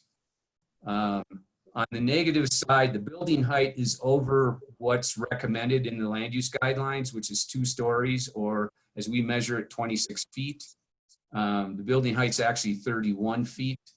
So because it's less than a half story over, we measure the 3rd story would be essentially 12 feet. So it's less than 6 feet. It's 5 feet over the 26 feet. It would get negative 5 points. So that's the negative points that are assigned to it. Some of the other things in your staff report, I'm not going to go over in detail. The Planning Commission did determine that the architecture was compatible with the adjacent building, and they had no issues with that. As far as parking goes, they're going to be parking about 47 more spaces as a result of this building. When you add that to the existing parking, they'll have 89 spaces provided for the 2 buildings once this one's added into the mix. That's more than is required, so they've got a surplus of spaces at this point in time of 17 spaces is what's being proposed overall. We do have a requirement that there's a traffic study that's completed, and any recommendations from that would have to be accomplished as improvements before the certificate of occupancy for the building itself. That's a real broad overview of the project. The point analysis with positive 5 for housing, minus 5 for the building height gets the applicant to a 0 score, which is a passing point analysis, as long as you have 0 or greater. And so the recommendation is there in the packet, and now it's going to be up to the council to discuss this. I did attach a letter from Tom Begley. given some of his thoughts, and obviously he'll have a chance to speak in a little bit, but I'm available to answer any questions, as is Jeremy. Thank you. Thank you, Mark, Mark. do you have a, Hold on a sec, Jeffrey. Hold on. I'm gonna give Tom the opportunity to ask questions first as the applicant. okay, sure. Tom, do you have any? I don't have any questions at this time. Thank you. Okay, council questions, Jeffrey? Yeah, do you have a guesstimate of how many employees will be housed in this development? Like with the medical building, the retail, I guess it's just a medical building and the retail. Do you mean how many are needed? Yeah. How many are going to be parking there? Well, we've got a parking requirement for the medical office, Jeffrey. And let me see, that's one space per 300 square feet, so 23 spaces for parking. But that's for employees and patients. Correct. So yeah, do we have just a sense of how many doctors, nurses, PAs will be working at that 7,000 square foot facility? I might ask Tom if he does. I don't. I think we need to wait for questions from Tom until after Tom makes his presentation. So Jeffrey, why don't you hold off on that one and ask Tom after he does his presentation. Any other questions for Mark? So, and I guess I'm just catching this. I didn't catch this the first time I read it, but so the positive points for social community, that positive 5 points, that is 7% of the square footage. How much is the does the 7 units take all that up? Do you see what I'm getting at? Is that No, that offset by the 7%? What is the ratio there, I guess? So Aaron, 2 of the unit would get you beyond, right to the 7% or beyond the 7%. So there's 2 of them that are required to get to that positive 5 points. Okay. There's a total of 7 proposed that are deed restricted. Okay, thank you. How many employees is generated by our new employee generation ordinance that does not apply to this? Just out of curiosity, when you apply that, how many employees are generated? Dick, I don't have that in front of me. I know that Nicole did run that analysis, so I can try to dig that up here and get that back to you here during the discussion. I remember we talked about that a couple of weeks ago. I don't remember what that number is. Dick, I don't remember what the number was either, but the conclusion was that under the new housing policy, that this project would conform under the new housing policy of providing the appropriate percentage of housing based upon the employees that were counted in this commercial as well as the retail. And that we were also meeting the 25% on-site requirement for housing. Not just, I think it was not just the 35%. We met the 35%, plus we also met the 25% on-site. If one were to look at it under the current housing. That's what Nicole had run that analysis for us at our last meeting. Yeah, that's correct, Gary. I think it came in right around 3,000 or just under 3,000 square feet, which is what they have proposed of deed restricted housing. Yeah, I just mentioned that to hopefully answer the question Dick was raising. Other questions? Yep, Mark, on these 14 or the 7 deed restricted, 7 free market, how big are they? What are they? Are they 1 bedroom? What are they? They're like 1-bedroom units, Jeffrey, 500 square feet, roughly 450 to 500 square feet. Okay. Anything else? I have 2 questions actually, Mark. Does the changing of the plat note affect the adjacent lot 6C or any of the other Parkway Center lots? Yeah, thanks for asking that, Eric. I should have mentioned that. We were proposing, in the way it reads right now, it would affect the subsequent lot 6C, I believe, is it the one that's still undeveloped or nothing's proposed on at this point in time. And so that deed restriction would go on that lot, which would require, if there was any residential, that at least half of it would have to be deed restricted. Certainly that's up for the council's discussion, and, you may want to talk to Mr. Bagley about that if you have different thoughts on that last lot. We just kind of took the assumption if it was appropriate for this lot, it would be for the other one as well. And then what's your feeling about the precedent of taking a plat note and, converting it to a 50-50 from 100%? Well, I guess my perspective on that, Eric, is that the plat note just says that workforce housing is the only housing that can occur there, but we may not get much workforce housing. Like, for example, on the first building, we got 1 unit provided on that. And I think, as Tom's letter indicated, the reason that plat note was put in place was to allow for workforce housing.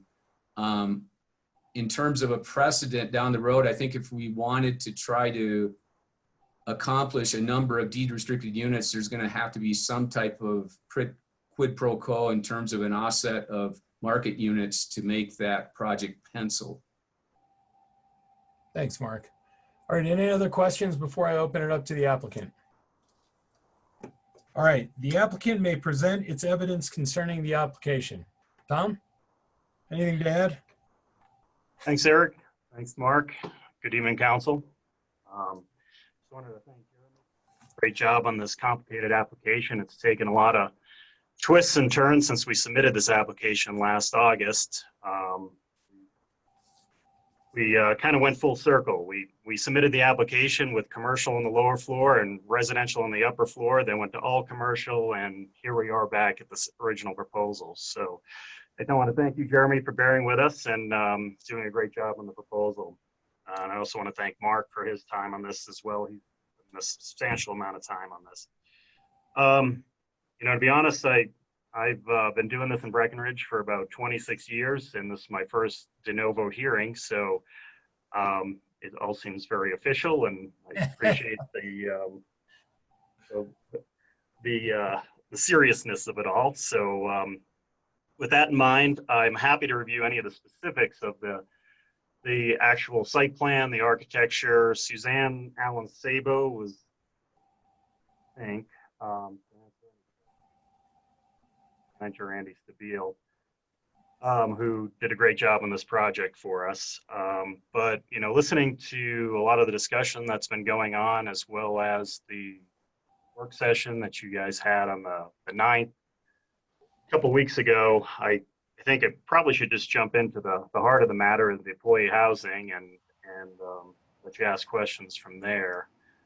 As you can see from the letter that I wanted to add a little bit of color to the application and where we and to extend on that, and just to reiterate some of these points. Just want to tell you how we got to this point. In 2019, last August, we finally signed a long-term lease agreement with High Country Healthcare. We've been working on this lease agreement with High Country Healthcare for literally about 8 years. And we finally brought it to fruition last August, and we moved quickly to get a plan together and submit it to the Planning Commission. The plan was for approximately a 7,000 square foot state-of-the-art health facility, about 1,000 square foot of retail space, 13 market rate apartments, and 1 employee unit. It was the only market rate, or excuse me, the only Hey, Tom. the middle. Yes. Hey, Tom, I'm sorry to bother you. Every time you turn your head to the right, we lose the audio. Oh, okay. I don't know where your microphone is, but you're sort of going in and out. So okay. Thanks, bud. So just to reiterate, we submitted a proposal last August for a 7,000 square foot health facility, as well as about 1,000 square feet of retail space, 13 market rate apartments, and 1 employee unit. That 1 employee unit was required by the code at that time and represented about 5% of the overall commercial density that was proposed with this application. This was consistent with the development code at the time and represented approximately 400 square feet, 395 square feet, or a small studio apartment. As we all know, the development code has changed since we submitted this application. A few days, I'll jump onto that a little bit later in the discussion as far as how this one how our current proposal compares to the development code at this time. A few days after the Planning Commission hearing a few days before the Planning Commission hearing for the new High Country Healthcare building, staff made us aware of a 2004 subdivision plat note that essentially stated employee housing was the only acceptable residential use on the property, along with the commercial uses designated by the master plan. I went back through the Parkway subdivision meeting minutes with the help of Jeremy and realized that sure enough, I was the Nimrod that requested the employee housing provision in 2004. I had requested this employee housing provision because we were subdividing the property and we were going to come right back with a new building, and we understood that the development code at the time would require us to provide 5% of the commercial density as employee housing. So not wanting to have the new building delayed, we just decided to take our medicine at the subdivision hearing, and we asked for employee housing to be included with this application. I think, as I mentioned in my letter before, this really wasn't ever intended to be an employee housing site or an employee housing project by any means. We received no additional benefits by designating that as an employee housing site within the Parkway. There was no benefits at subdivision, nor was there any benefits at the application for the first building, which is the Alpine Sports Building. The only benefit that we received was being able to keep that employee housing on site and also complying with the development code provisions at the time. So given this plat note related to the employee housing, we were left scratching our heads on, because office space is not currently being sought out. We have about 5,000 vacant office space throughout town that we can't lease for the life of us right now. And I really didn't want to build storage units at this site, which is about the only other commercial use that I could possibly think of to put on this site that would be consistent with the master plan. So we decided that we had 3 choices. Since we had the High Country Healthcare lease in hand, which the clock was ticking on, we felt that we needed to move fast. And as I mentioned, we really had 3 options at that point. The first one was to attempt to rezone the property to allow for residential uses. The underlying land use districts 9.2 allows for commercial and residential uses, and there are some inconsistencies in the Parkway Center master plan that might allow for an argument for residential on the site. However, this would be a long road, and we would probably lose High Country Healthcare in the process. Our second option was to keep the new building all commercial, possibly with a storage use instead of office space, and meet the 400 square foot employee housing requirement as required by code. Storage isn't all that sexy, and we decided that this would be a fallback position if we couldn't figure out a path forward with the staff. So that was our last option, is we had to figure out a path forward with the staff to keep the High Country Healthcare lease in place. After a number of discussions with the staff, number crunching and redesigns, we finally got a project that the staff supported with approximately 50% employee housing and 50% market rate housing on the second floor of the building. this compromise was not easy to achieve financially for the property owners, as the employee units are break even at best, but more likely to operate at a loss. We're only able to make up the rental income loss through short-term rentals. Although this project was a struggle to make work financially, we believe the project is worth pursuing primarily because of 4 reasons. First, the construction of a first-class healthcare facility. We've executed a 10-year lease with High Country Healthcare, but given the investment and tenant improvements, High Country Healthcare will extend well beyond the 10 years. We will create 7 employee housing units that will total approximately 3,715 square feet, which is far excess of the 2019 development code for employee housing, which was approximately 400 square feet, as well as the 2020 development code, which requires about 3,000 square feet. We are locating these 7 employee units as well as the 7 market rate units in the heart of town, close to the gondola, shopping, and restaurants. These units make sense in this area. And finally, although not a huge number, we are adding 14 rental units to the Breckenridge rental pool, which will help take some pressure off the overall housing deficit. We feel this is a good project and meets or exceeds the current development code standards. The planning staff and planning commission did an excellent job of negotiating and getting us to this point. We hope that you'll approve this project as it's been submitted for your consideration. Thank you, Tom. Questions for Tom? Jeffrey. Yeah, Tom, do you get a sense of how many employees and patients, well, I'll just call it High Country Healthcare, for the new High Country Healthcare, which I think is like twice as large as the one in the City Market Plaza? Do you have any guesstimate on that? You know what, I don't have an exact number, Jeffrey. From what I have collected from High Country Healthcare so far is that it would probably be in the 10 to 15 employee range at any time during business hours.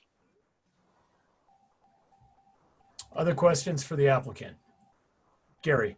Yeah, I do. I just, Tom, just to kind of get your feel on this, mixing employee housing with short-term rentals, one in close proximity with the other. In one case, I think you got a short-term rental on one floor, and right beneath that unit, you've got employee housing. What conflicts do you see when you kind of try to combine, 7 short-term rentals with 7 employee housing units? Short-term rentals, sometimes they tend to party more. You got employees that are looking just to, kind of hang out after work and have a quieter environment. What do you think what do you think you're going to see in that project? Well, I think Suzanne and her team has done a good job in designing for that mix of uses and mix of tenants. To be honest, I think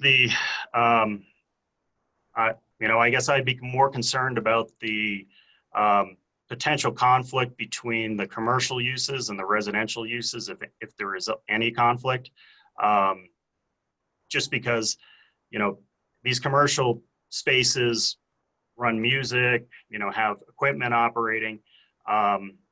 It's just, they tend to generate some noise that has a tendency to rise. However, we're combating that with substantial sound deadening techniques. We have a Gibcrete floor going in through there with hydronic heating. We'll also have a lot of insulation that is required by code between the individual units, regardless of whether they're market rate or employee housing. I think the sound deadening techniques as well as the insulation on top of those will hopefully keep the building quiet. I think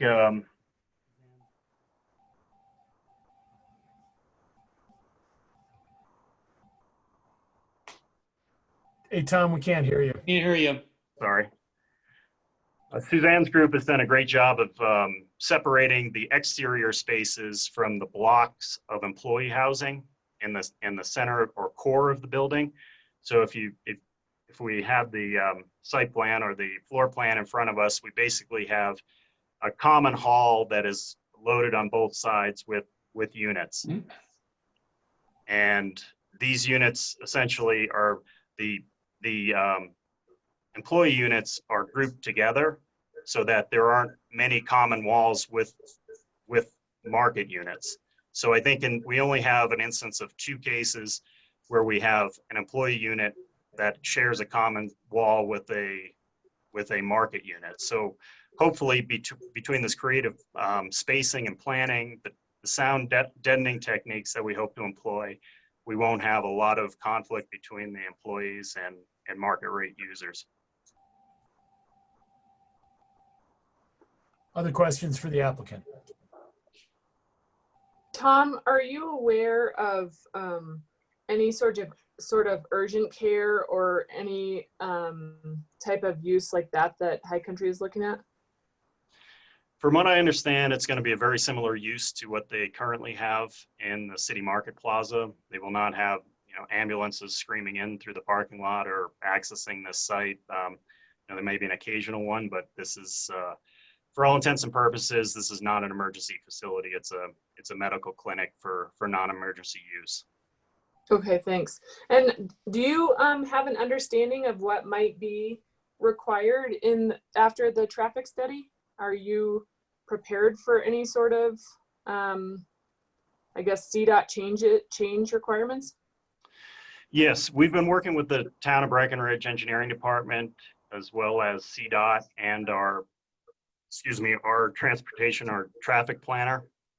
And it's my understanding that we technically are under the permit maximum daily trips with our current application. The next application will actually trigger a modification to the permit for this site. So our current permit allows for the uses that we have currently in the Alpine Sports Building, as well as the uses that we're proposing in this High Country Healthcare Building. The next parcel will really trigger any and the uses of that next parcel will also be considered when we get to that point as well. So in short, we don't expect many changes for CDOT, but we are working closely with the town as well as CDOT to make sure that we're complying with all their requirements. Okay, thanks for that. Other questions for the applicant? So just to be clear, Tom, 2 of these workforce housing units is 80% of AMI, and then the other 5 is deed restricted light. Is that right? Both Correct. Mark and Correct. Tom? Okay. We really studied the numbers, and it was a struggle to get to that at 50%. We weren't expecting that, but Mark and Rick did a good job of twisting our arms, and we were able to crunch the numbers. A good portion of this is that we're making it up on the short-term rental side, and that's going to help us out from a financial standpoint. Hey, Eric, can I ask Truckee a question right now? Because I don't think Tom would have the information. I believe, Tim, is that okay? Yes, it's okay for Jeffrey to ask Mark a question. Mark, what is 80% of AMI? What is 80% of AMI? It depends. There's a formula essentially, Jeffrey, for that in terms of that 80% of the AMI, that means you make 80% of the area median income. Yep. And out of that, whatever that salaried amount is, and I can't tell you that off the top of my head, 30% of your income goes towards housing. So, you divide that out by, the months of the year, or 30% of your monthly income towards the rental. Can we find that number for a 2-bedroom? Yeah, I've got it. These are 1-bedroom though, right? So 80% for 2 people is 61,440. That's the Is that- salary. Is that combined income? Yeah, that would have to be like household income. Household income. It's household. Yes, it's household. I can send this. I can email this out. But these are one bedroom though, correct? But that could still have two person in it. Oh, yeah. It's two person. So two person for 80% is 61,440.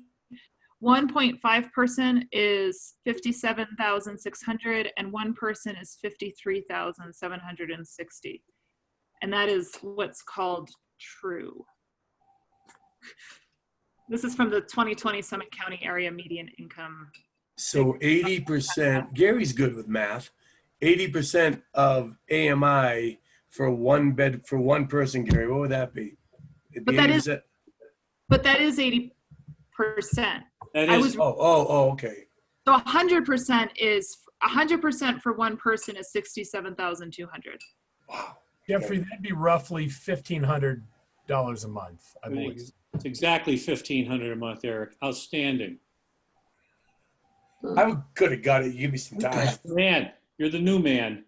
And I'll send this to, well, I have to send it to everybody if I send it, so. It's all right. I don't need it. I'll Including the figure it applicant. out. I'll figure it out. Okay, any other questions for the applicant? No, is there any member of the public who wants to speak either in favor of or in opposition to this application? As we've been doing, please do it on the Q&A if you want to speak for or against. And we'll give you 30 seconds just so anybody listening understands. This was heard by the Planning Commission and passed. The council saw part of it that they didn't like regarding, in particular, the plat note. They called it up. This is a brand new hearing now where we're going over this information theoretically for the first time that we have seen it. We will open it to comments. There have been some questions. I know that Shannon's been answering them. For the most part, the applicant will get credit for 2 units in the 80% AMI category. And there will be 5 units that are open market, but limited to somebody who works 30 hours per week in the area and no short-term rentals. And then there will be 7 units that are short-term rental. There will also be a medical office facility and a retail facility.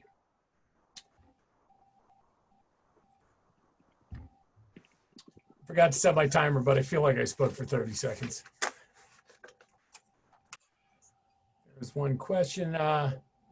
Equitable, sir. Who does this serve and who does this not? So Evan Harris wrote, "This seems to be an opportunity to truly look into the equitable side of every decision made. Who does this serve and who does this not?" And Evan, just so you know, that is why the council has called it up, because it does go against plat note that was on the property, which is why we are talking about this. There is also, though, in a lot of these planning decisions, a right by the property owner to develop the property to their fullest extent and enjoyment. The current application would, if it wasn't for this plat note, work under our new code in which we have really required applicants of this type to do more restricted housing.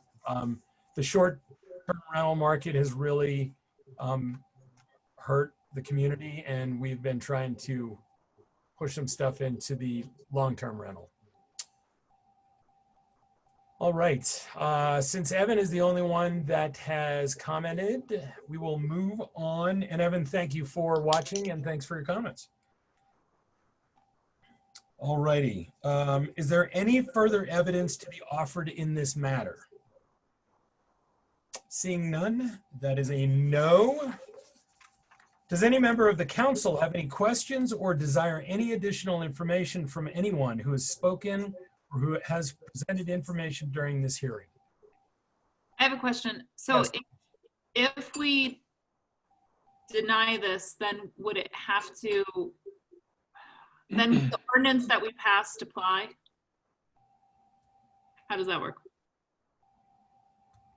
the applicant could resubmit the application within 30 days and still be under the old ordinance. Okay. It's an important consideration. Any other additional information or questions for the staff or the applicant? Jeffrey, unmute yourself. Question for Truckee. Why are we, I know we're leaning towards deed restriction light. Is that because just the validation, the enforcement is just difficult to do and kind of creates a nightmare unto itself?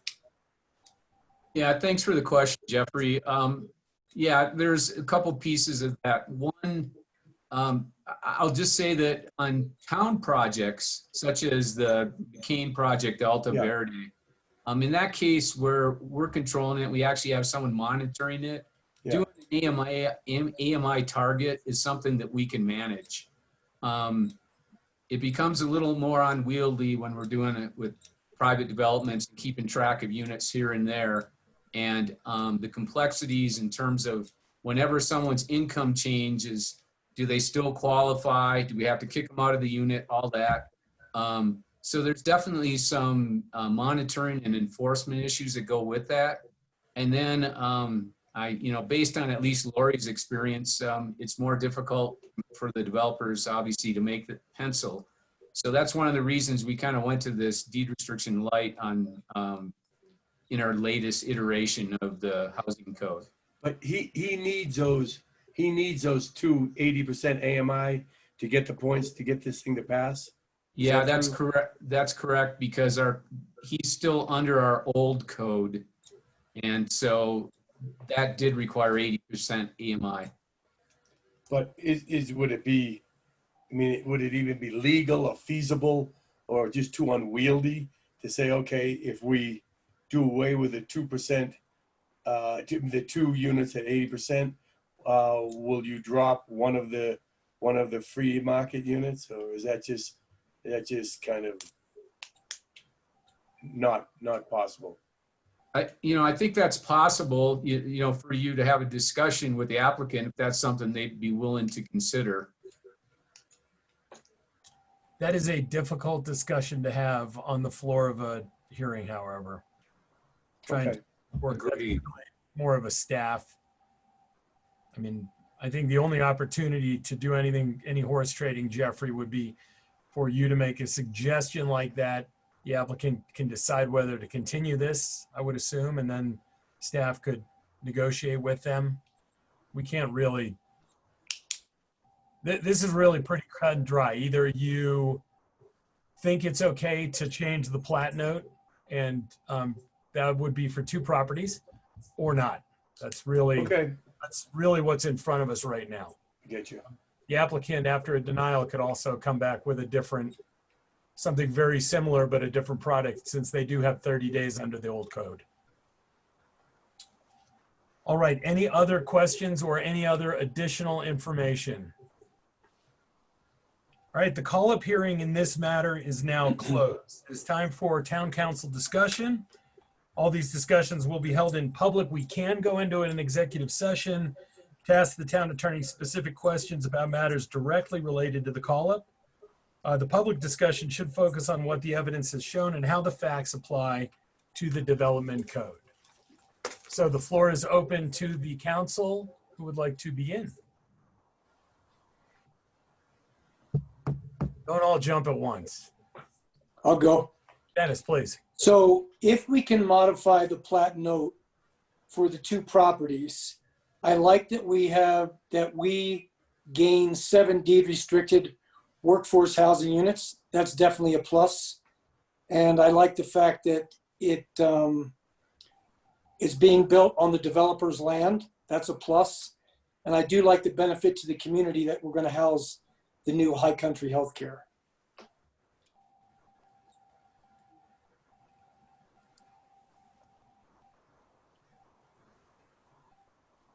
Anybody else?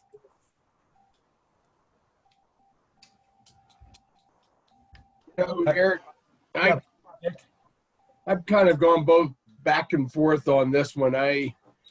Dennis's pluses certainly apply. The negative is the precedent of changing a plat note for this type use, the short-term rental use, to change a plat note to allow short-term rentals on a property, and I struggle with that. That's a big negative. So, you know, the way the positives, as Dennis pointed them out, which I agree with him, against that negative that's a tough call for me. You know, this was, when I initially had read the materials in advance of our council meeting 2 weeks ago, I was inclined to basically call this up at that time. Subsequently, I had more opportunity to think about it, to talk with staff. And I guess the positives that Dennis mentioned are clearly positives. I do like the fact that we are getting some rentals, albeit half of them may well end up short-term rentals and the other half will at least be employee housing. Recognizing that the applicant also has the opportunity to basically get rid of all the housing on this project and just proceed with a commercial project. And I know how hard we are working toward getting employee housing. And so, you know, as Dick said, this is not an easy one. You know, it's not so black and white for me. It's you know, it's heavily gray. But I think I will fall on the side of wanting to see this project move forward. I like the concept of the medical office. I think we are picking up some employee housing units with no expense or cost to the town of Breckenridge. And notwithstanding the fact that there was a note put on there many years ago, I think times change. And I think for me, I'm trying to think about, you know, what's important currently in terms of solving some of our rental housing issues. So, you know, like I said, it's not black and white, it's gray, but I will tend to vote, if that's what we're going to be doing, to allow this project to proceed, and, you know, whatever amendments required to so do it. Aaron? This one's hard. I apologize because I know that this has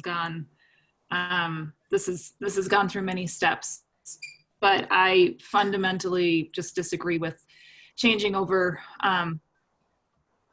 a property like this. I feel like it's more of a sign of the times. I don't believe in encouraging new short-term rental right now when we need workforce housing. And I know that this does provide workforce housing, but two of those, as we go through the 10% new density, or 10% density exemption for employee housing, and the 2 employee units to offset the -5 points, it's just not enough benefit for me with this project. And it's just, from a fundamental basis, I think we shouldn't be encouraging new short-term rentals right now as a town. Kelly? Yeah, I think this has been a great discussion because it is a really, really tough decision.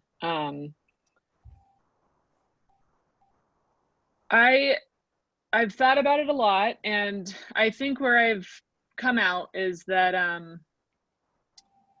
you know, I think the benefit of a medical building is, a new medical building is really great. And honestly, if that can vacate another space over at City Market, so that City Market could maybe someday expand, that is something, you know, that's something. I really like this location for employee housing. I also think it's not a terrible location for short-term rental. I'm very relieved it's not in a neighborhood. If it was in a neighborhood, or, you know, I know that there are other local housing there, but it is a very busy location. And so I don't think this is a terrible location for short-term rental. So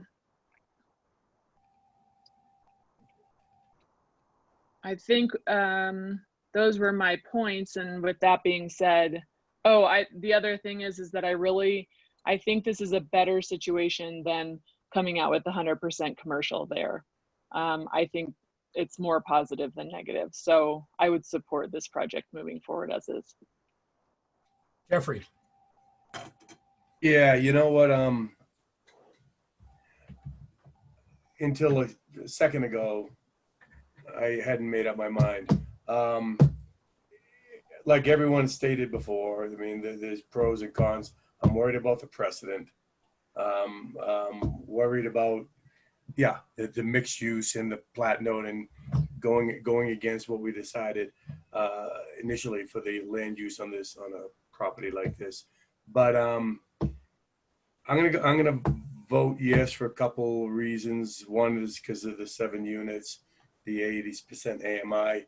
Also, I think the builders in our community are gonna need some work, and this will provide some of it. I don't know how much in county contractors, but yeah, I'm gonna reluctantly vote yes on this. All right. I am not in favor of it. I'm not in favor of getting rid of the plat note, number one. I don't like the fact that getting rid of the plat note extends it to the adjacent property. I do not think that you're going to have much problem between the short-term rental and the regular rental, because the regular rental are not going to be cheap. You're going to have 2 80%, and then you're going to have 5 that are going to be very expensive rentals because they're in a place that you're not going to want to affect the short-term rental rate that you can get. So it's not going to be average Joe working at City Market living here. You know, maybe it'll be a place that a doctor will use, they will rent it, or a nurse that's at the medical center, and maybe that's okay. So they're gonna, you know, I think what we're creating is actually 7 that are not restricted, 5 that are only very, very lightly restricted, and then 2 to get points. So I don't think we get anything from this deal. I don't think you get 7 units. I think you get 2 units. I don't think this is a great place for this use, because short-term rental people are not going to take the gray, or in the wintertime, the yellow bus to go all the way to the gondola. Because if you know the layout of the bus route, the bus that stops in front of this area doesn't go to City Market. It goes to the gondola first. So you're not going to get people that short-term rental walk to City Market. It is a long view corridor to do it. People will drive into town. This is not a great place for short-term rental. It's a great place for local rental because locals know how to navigate a system. And I think it's just combined wrong uses all over the place. The High Country Healthcare deal, while having a medical office, is great, even though it won't do anything at City Market. I would like to have that wish too, Kelly, but it's only a 10-year deal. It's 10 years. I get it. They're putting their money in to do the tenant finishes on it, but who knows what happens in 10 years? In 10 years, you have another pandemic and then move out. Something moves in here that is not a community benefit. Maybe Toss takes it over and puts more alpine sports in, which, you know, it's retail. It is potentially more benefit. So I think we're hanging our hats on some things in order to change a plat note that really do not benefit this community as much as I would like them to. So I will vote no if there is a motion to approve this. So there's 2 options now. You can either, somebody can move to approve or move to deny. If it's a motion to approve, I will vote against. Eric, Yes, sir. if there is a motion to approve, it should be with simply a motion to approve with the findings and conditions proposed by the staff. Thank you, Tim. All right, is there a motion? I move to approve this deal with the notes and whatever's of the staff. Findings and conditions. Findings and conditions of the staff. And Second. with the point analysis too, you should probably mention. Together with the point analysis. All right, there is a motion and a second. Is there any discussion? Roll call, please, Helen. Mr. Gallagher, Yes. Miss Giello, No. Ms. Owens, Yes. Mr. Carlton, No. Mr. Kuhn, Yes. Mr. Bergeron, Yes. Mayor Mamula. No. All right, the motion passes and the Planning Commission's decision is upheld. Eric, I will need to prepare a formal written decision on this. I will have that ready for council to formally approve at the next meeting, but I think Mr. Begley knows what the decision will say. Very good. Thank you, Tim.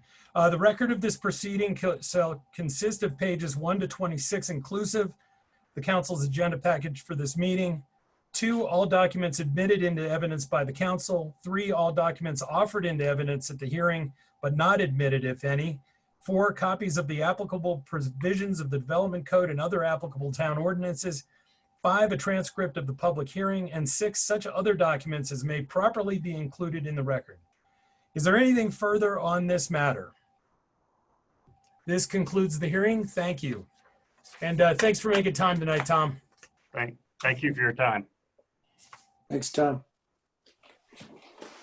All righty, gang. We are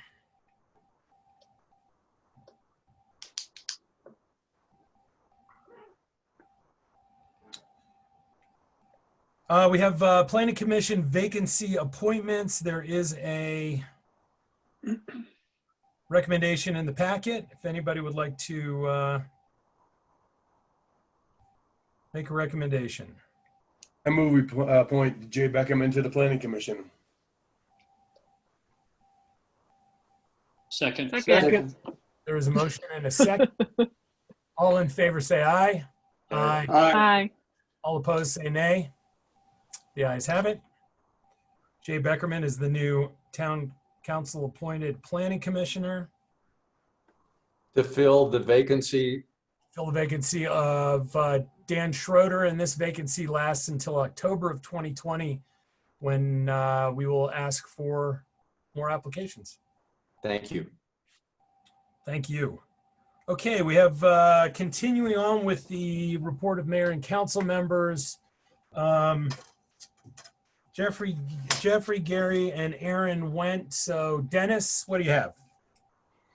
I have nothing on the BHA and the Breckenridge Tourism Office. Our board meeting is Thursday morning at 8:30. Excellent. So more at next meeting. And if some of you didn't know, Kelly is going to get an early childhood option, so she asked to get off of BTO.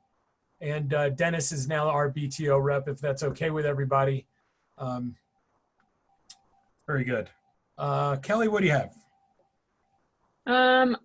Really, we had the childcare notes, so I don't think there's too much more to say, except for that the preschools, I guess infant, toddler, and preschools that are in our area are ramping up to the full service. They're allowed to have as many as are in their license as of now. And so each of the schools has a little bit of a different plan to get there, but pretty much all of them beginning in July will be having normal full day daycare. Wow. They do have 2 pretty tough requirements from CDPHE. One is if there's a positive case within the school, the whole school closes for 72 hours. It's it's tricky with the length that it takes to get a test back. It's tricky about, whether we'll really be able to contain it, but we'll do our best. And then the other new information, which is a pretty steep burden for parents, is that if your child has any symptoms, and because COVID symptoms are so unclear in children, it is literally any symptom, and they get sent home from school, or, you say, oh, they have a fever, they're not coming to school today, they're out for 10 days. Wow. Yeah. So, everyone's just trying to keep people healthy. We're all in this together, and it's an enormous burden for working families, but hopefully it will allow the centers to stay open and serving those people, that don't have sick kiddos at that time. So we'll see how this goes. That's brand new. That was just out in the last 24, 48 hours. So I don't think at this time there have been too many families affected by it, but they certainly will. And, you think maybe right now it's not happening everywhere because people are healthy and we're just coming off stay-at-home orders and it's summertime and we're all outside. But when you think of that could still be in place in the fall and during flu season, I mean, it's not going to be easy for parents to get out and conduct their business. So, hey, Kelly, was there any talk amongst the centers about, so my kid has a fever. Well, I'm not going to tell you that my kid had a fever. I'm going to keep my kid home and say we had a special day today or something. Was there any discussion? So you don't have to do the 10 days. Yeah, I mean, that happens. We already know that happens. People bring their kids on Motrin in the morning and lo and behold, there are 4 kids with temperatures after they wake up from nap 8 hours later, so we already know that happens. But just like at one of your businesses, kids are temped as soon as they get to school. The parents that are bringing them also get temped. I walk down with my other kids, they both get temped as well. So anyone that gets on the premises pretty much. And then the kids get temped. I know they get like at 10:30. I think it's like every 2 hours throughout the day. So there's really, I mean, if you hit it, then your kid probably got over it quick, because I think that we will hopefully be rooting those people out of there. And, the consequences are so much more serious right now. I really feel like parents, they want to stay healthy. They want to keep their neighbors healthy. So hopefully there's a bit more drive to do the right thing. Yeah, I hope so. All right. Aaron, you already went. Kelly went. Who did I miss? Dennis, Jeffrey, Dick, go ahead. Yeah, I went, but both the committees I'm on have already been reported on. The housing, we went over earlier in this meeting, and then the events we went over at the last meeting. So, yeah, nothing to report. And then we'll probably expect a report from you and Aaron going forward on where we are with the new advisory committee. Absolutely. Just for the record, I liked Aaron's addition to the outreach letter. Just FYI, I just had time to read it during the break. While everybody was talking. Yeah. During my report. Yeah, because I went during the break. So. All right. Other matters. Anybody have anything? I have a quick one. Yeah, go ahead. I went on Saturday to the drive-in movie, and I've been telling everybody since. It was so much fun. It was so well done. And Breck Distillery was doing a partnership, and so you could go get a box of food at Breck Distillery before going to the movie, and it was just fun. And I highly recommend it if or when it's done again, that you all go. It was fantastic. Are they? When's the next one? Do you know? I don't know that it's planned yet. Okay. What did you say, Eric? Are they going to start doing this a bunch? Oh, yeah, we've encouraged them to look at opportunities to do several more of these. So they're evaluating that, and we'll have more to report. All right. Other matters. I think just thanks to all those who are involved with Walkable Main Street. I mean, I know that we've heard all sorts, but the feedback since it's open has been very overwhelmingly positive. So I know there was so much work, Rick and Shannon and all the staff that was involved in that went into it, but it sounds like it's well worth it. All right. Agreed.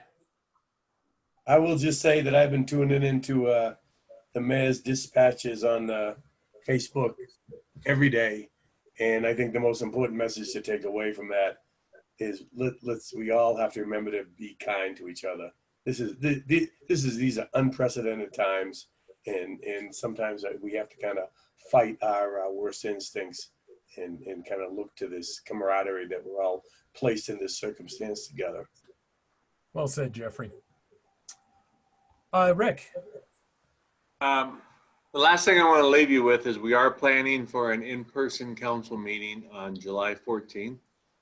It will be different, so don't come expecting everything to be the same as before. The building will not be open to the public. Only public will enter the building if they are scheduled to present, and they'll be escorted in and escorted out. We will have a hybrid system in place that will allow the public to still participate via Zoom. The only difference being that you will all be together. I do believe, and Gary may not be at the first two meetings, but he will still be able to participate via Zoom, so he'll be a part of that. We're going to have the setup a little different in there. The food situation will be a little different, and so just don't come expecting everything to be back the way it was before. We should wear pants, correct? Yes. No. You should wear pants, yeah. Good. Over your head, Jeffrey. We do have coffee talk on Friday at 8:30. Zoom coffee talk. I can't wait to get back to regular coffee talks. Yeah. One day. All right. Anything else tonight? Thank you, everyone. I know call-ups are difficult. You know, they really are. It's sort of a different beast. I think everybody did a great job. Great questions. Everybody was respectful of the applicant and the staff. So thank you very much for that. That's one of the hardest things you get to do on council, I think, is a de novo hearing. They are very difficult. So great job, everyone. And with that, we are adjourned.